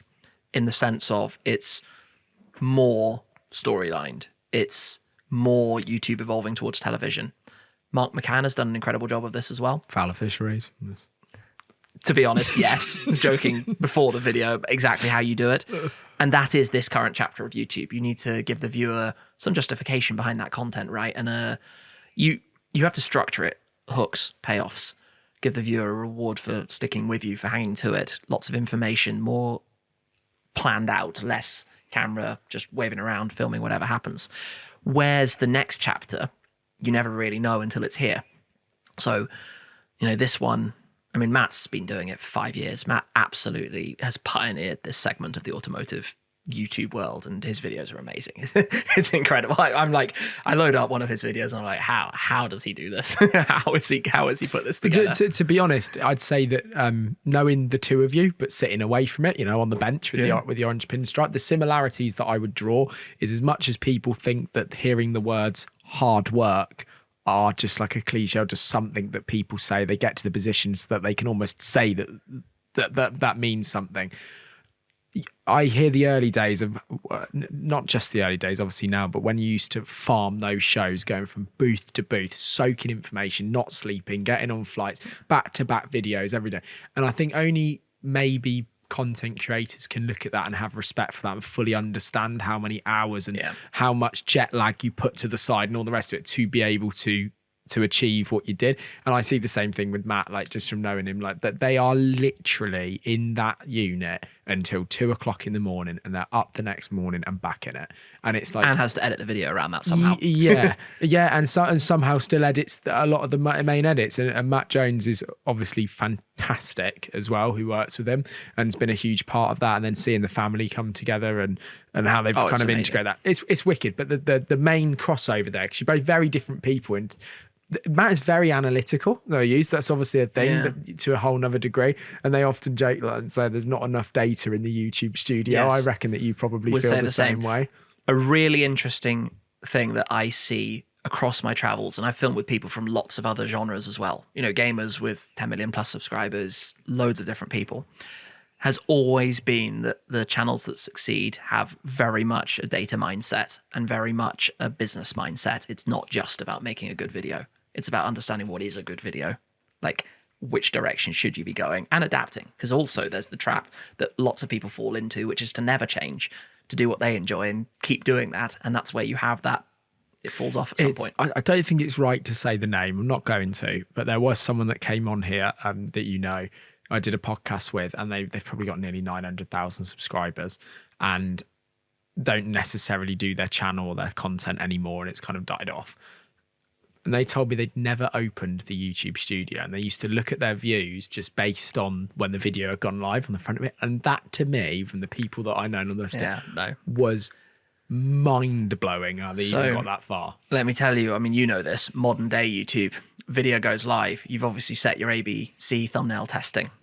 Video's not performing so well. Why not try a different title? Engage with some comments, read the comments, understand which direction it's going. What's happening elsewhere on the platform? Have you published on a day that's really bad? Is it US election day? Obviously, people aren't watching car videos.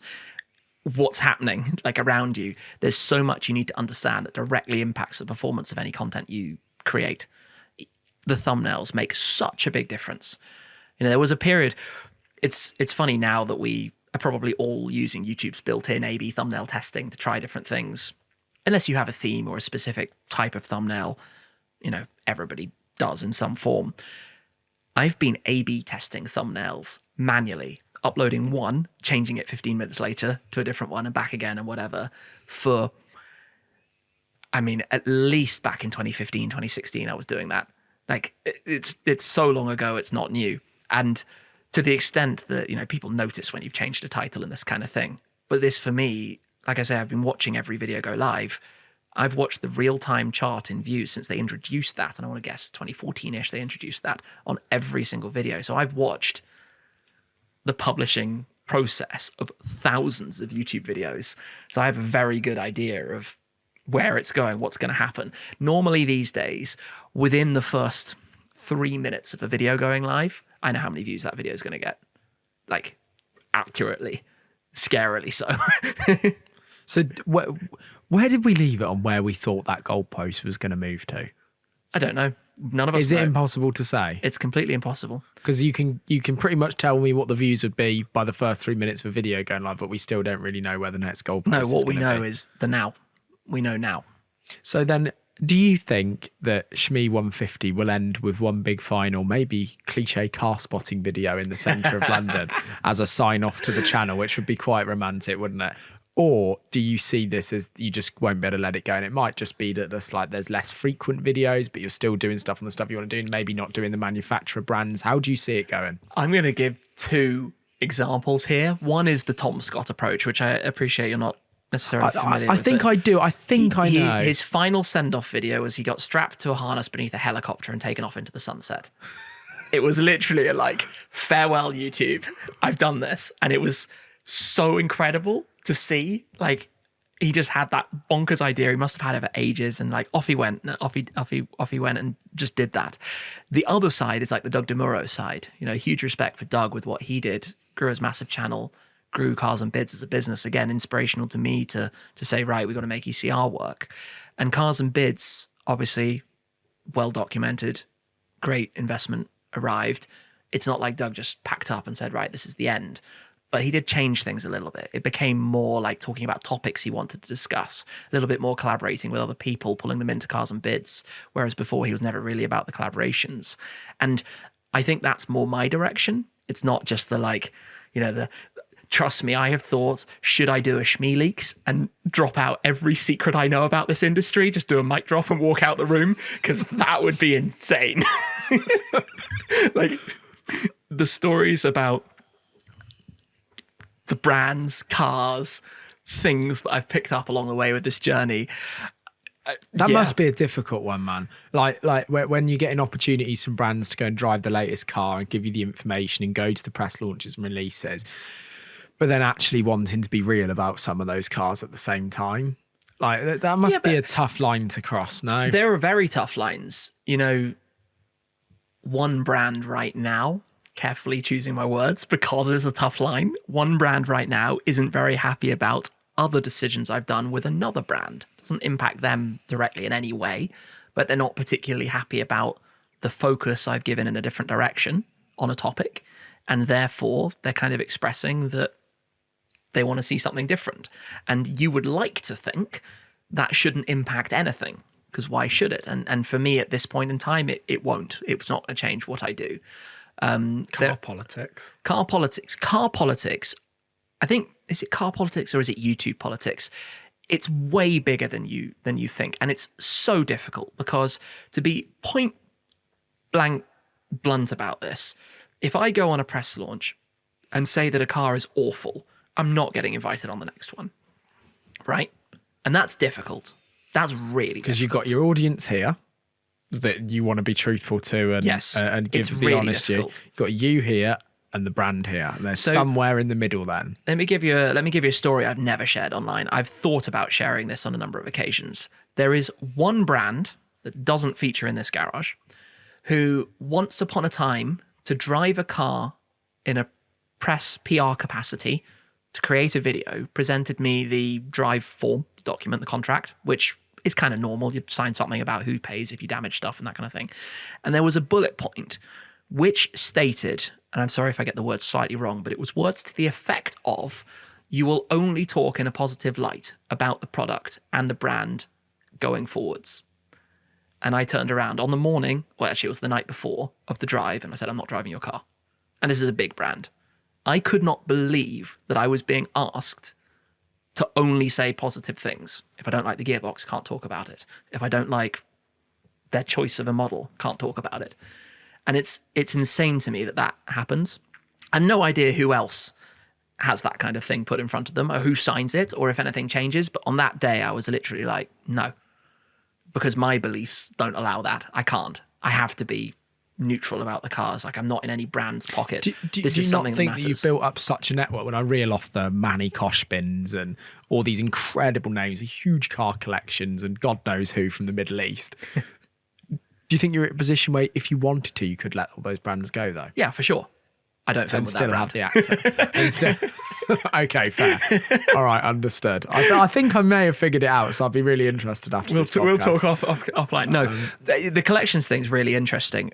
Like I say, this is an evolving element of the content, right? Press launches have become way less important for me because of embargoes. Embargoes are such a big problem. The worst thing is when 20 videos of the same car go live at the same time. It's bad for everyone. All you do is split viewership, all have weak videos, and say effectively the same thing on the same car in the same location. I get it from the manufacturer's side, because how can they choose who they invite to something and not to something else? But there have been press launches where I've gone and filmed the car and I actually hold the video back a month or two. It confuses the viewers because they're like, where's your video? Why haven't you uploaded it? And when it goes live, they're like, wasn't this 3 months ago? But it's so much better to have your own point in time and your own location. Like, I'm trying to think of, I've done this for quite a while. When I get wind that a lot of people are going to be on an event, it can change whether I think it's worth attending or not, because it has to be a business decision. And even though there's no cost per se, because the manufacturer will often cover the flights and the hotel, the cost is still there in time, right? if you're traveling to another location to go film a video, in those 48 hours, I could have done something here or been on my own trip or created something that's unique. And unique content's very important. And, you know, like any industry, again, obviously, if going on press launches, which is a very fun experience because you get wined and dined, and sometimes that's just annoying. This is one of the biggest irony. I'm the guy who, on a press launch, will, instead of going to the fancy dinner, go and sit on my laptop and edit or script, because that's more important to me. I'm not there to. I just go get some fast food. I should get some goat wings. You know, I'll be sorted. That matters more to me than, you know, I've got to get my work done more than where we are. You know, it's really strange. People assume that, you know, with the cars, you might want everything else it's like in that life. at SEMA. We see it at SEMA. It's like, right, I've got to go and edit now. See you later. Yeah, but I still prefer to, you know, just get on with things. Just go grab some quick food. Just Is there anything that you could have done in all of these years? Because you've sacrificed, it's hard to say you've sacrificed a lot because it depends what it means to you. You've traveled so much. Yeah. Is there anything that in a normal scripted life, for say, that you wish you could have had in that time? Or are you so happy with how you've spent your time? When you grow very big audiences online, you lose life privacy. You lose the ability to be off grid wherever you go, especially with topics like this, because, you know, if you add up the content we create every month, the shares that we make on Instagram, Facebook, TikTok, YouTube, Shorts, all of it together, the number of video views I do a month is between 50 to 100 million.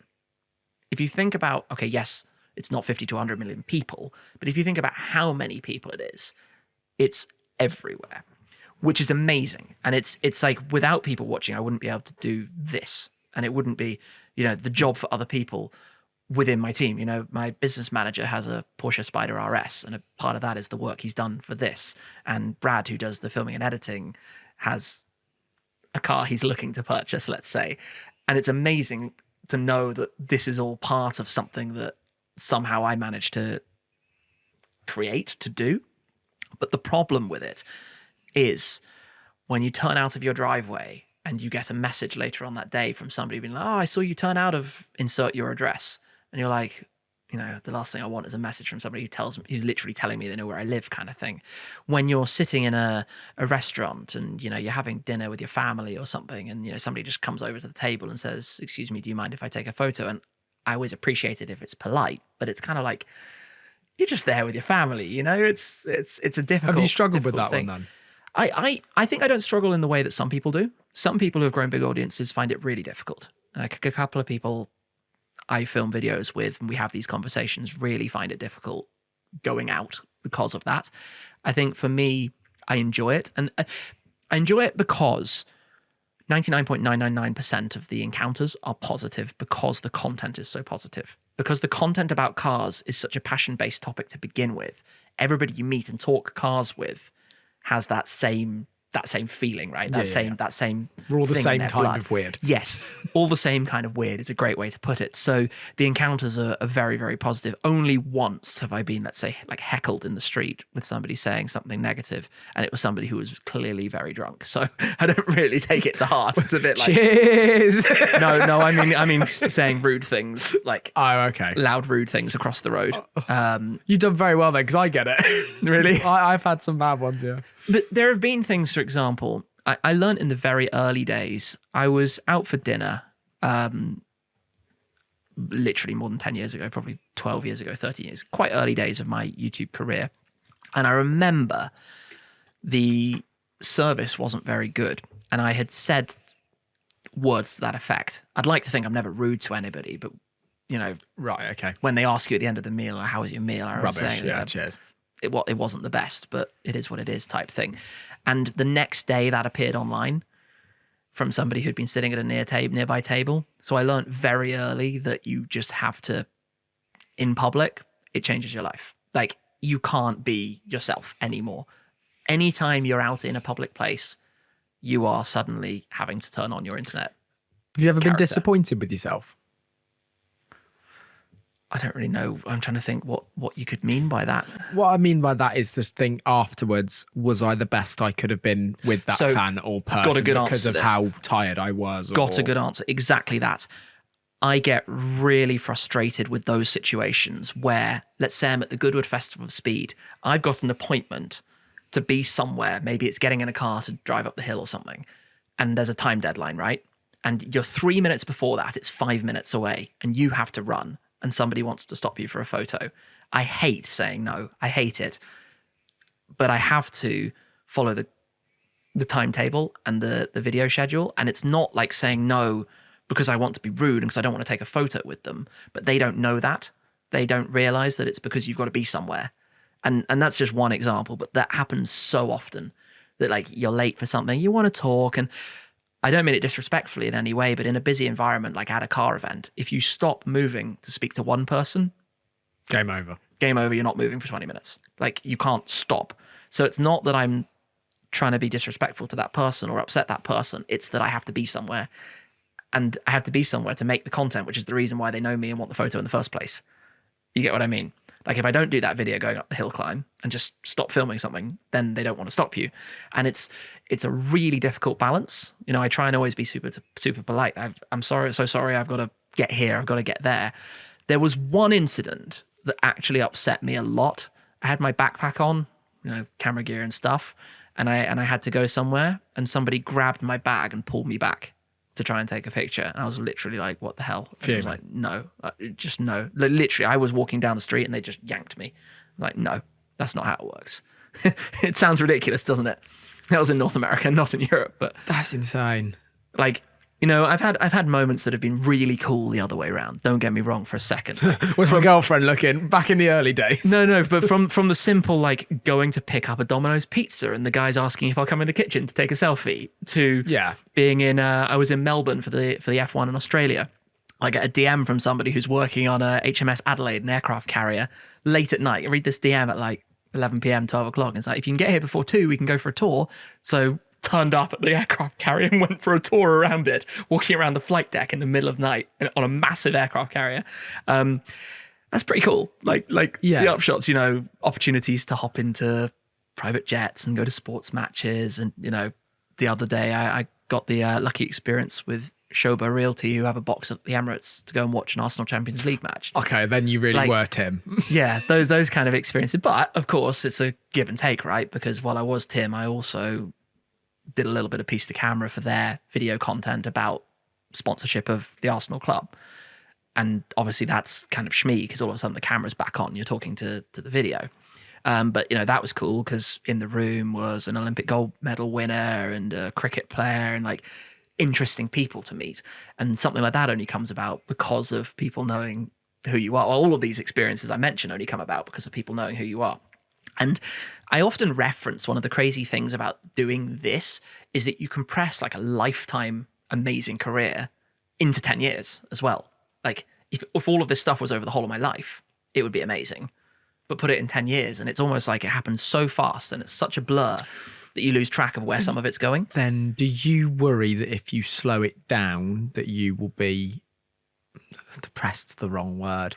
Do you think that your happiness for life would slow down with the same rate the videos and the experiences would slow down? Do you think you'd be enriched with what you've done? I've definitely pondered that one because it is a thing. And the best examples to give of this are like reality TV people who make appearances on reality TV shows, because they go from nobody knowing who they are to everybody knowing who they are, to it dropping off very quickly as well. I find the Hayley Welch, the Hawk Tour girl, fascinating. How it's keeping on going. To just watch at the minute, to see how long it keeps on going for, to see if she can. Yeah, but I love she's really funny. I love the direct. They said I'll have 15 seconds of fame, so I'm making the most of it. Like yeah. No 100%. holding back. That's really like fair play. I mean, I know it's probably a PR machine behind the scenes that are playing this, but same thing, right? How long can that keep going? It's fascinating to watch.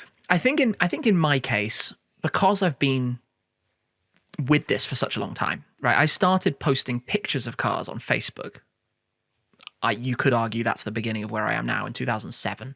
So I've been doing this for a long time, you know, coming up to 18 years of posting car content online and watching it going from nothing and maybe 5 likes from some of my friends on Facebook on my cars page, you know, that kind of thing, up to reaching I think the most I ever did was like 5 million views in a day on YouTube, or 4 million views on a single day on YouTube or something, to wherever it ends up going. And I think one of the biggest things is having created that separation of Tim and Shmee150, Tim and Shmee, let's say, because I am able to differentiate any of the abuse put towards Shmee150 or any of the like things that happen to do with it, and not be too personally impacted by it. You know, a lot of creators do struggle with this kind of thing. You know, it's quite well documented that with all of this exposure, it can be hard for people to deal with. And I've been very lucky that it hasn't, I would say, negatively impacted me at any point. You know, I've done I think a good job of managing through it. I actually put, interestingly, a big part of this down to going to a boarding school, because at boarding school, you get pushed around by the older kids. You certainly did 25 years ago, right? If they want you to take their books up to their room, you take their books up to their room. If they want you to get out the way, they'll just push you out the way. So you learn as a, you know, young teenager to have a thicker, or I certainly learned to have quite a thick skin and not be bothered by it and go and do my own thing. And that's where I started like trading on eBay as a teenager, right? Just go shut myself in my room, get on with stuff, see if I can make some money to buy myself a new laptop or a gadget or something like that. And I think that's probably subconsciously helped me a lot, along with the, let's say, fortunate accident of keeping my name out of my channel. It goes different ways, you know. For Matt Armstrong, for example, his name is his channel. For Doug DeMuro, same story. But I think for myself, it's really helped create that divide, because my channels have never been about my life, not my family, not my breakfast, not my home. It's very separate, right? So let people into, let's say, my life, the curated life, the garage, the cars, what we want to show them, but home life is home life. Is that in the same way that you didn't buy that Lamborghini Aventador instead of that McLaren? Yeah, Would you still stick to your word and not ever let people go into that home life, even if that's where the next goalpost moves to? My business manager, Mark, and I worked out a very long time ago that if I had started vlogging my life around cars at the period that was really growing, like 2015 and 16, we would have done even better. The channel would have grown even quicker. But I didn't want to. I was like, that's not the kind of content I want to make, and I need to stay true to myself. I don't want to go and start doing stuff that members of my family are going to look at and be like, what is this?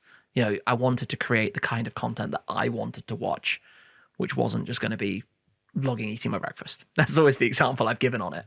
Well, thank you so much for an unbelievable insight into Tim, I'll say. Pleasure. But also into the whole journey of the Shmee150 channel. It's so nice to be able to actually reflect on all these things and memories, which is just impossible. You can't recreate that when you don't know something about another guest. So one of the most thoroughly enjoyable ones that I've ever recorded. So thank you, Tim, very much. Thank you for finally sitting in the back of the van and conducting this episode. The van to my garage. I'm very, very thankful. If you enjoyed this episode, please remember to subscribe to the channel. It helps massively, because you all end up putting it on the TV or listening it to in your kitchens or somewhere else, and you're nowhere near that red button. So please do me a favor if you enjoyed it and hit it. So thank you very much, and I will see you again soon. Pleasure.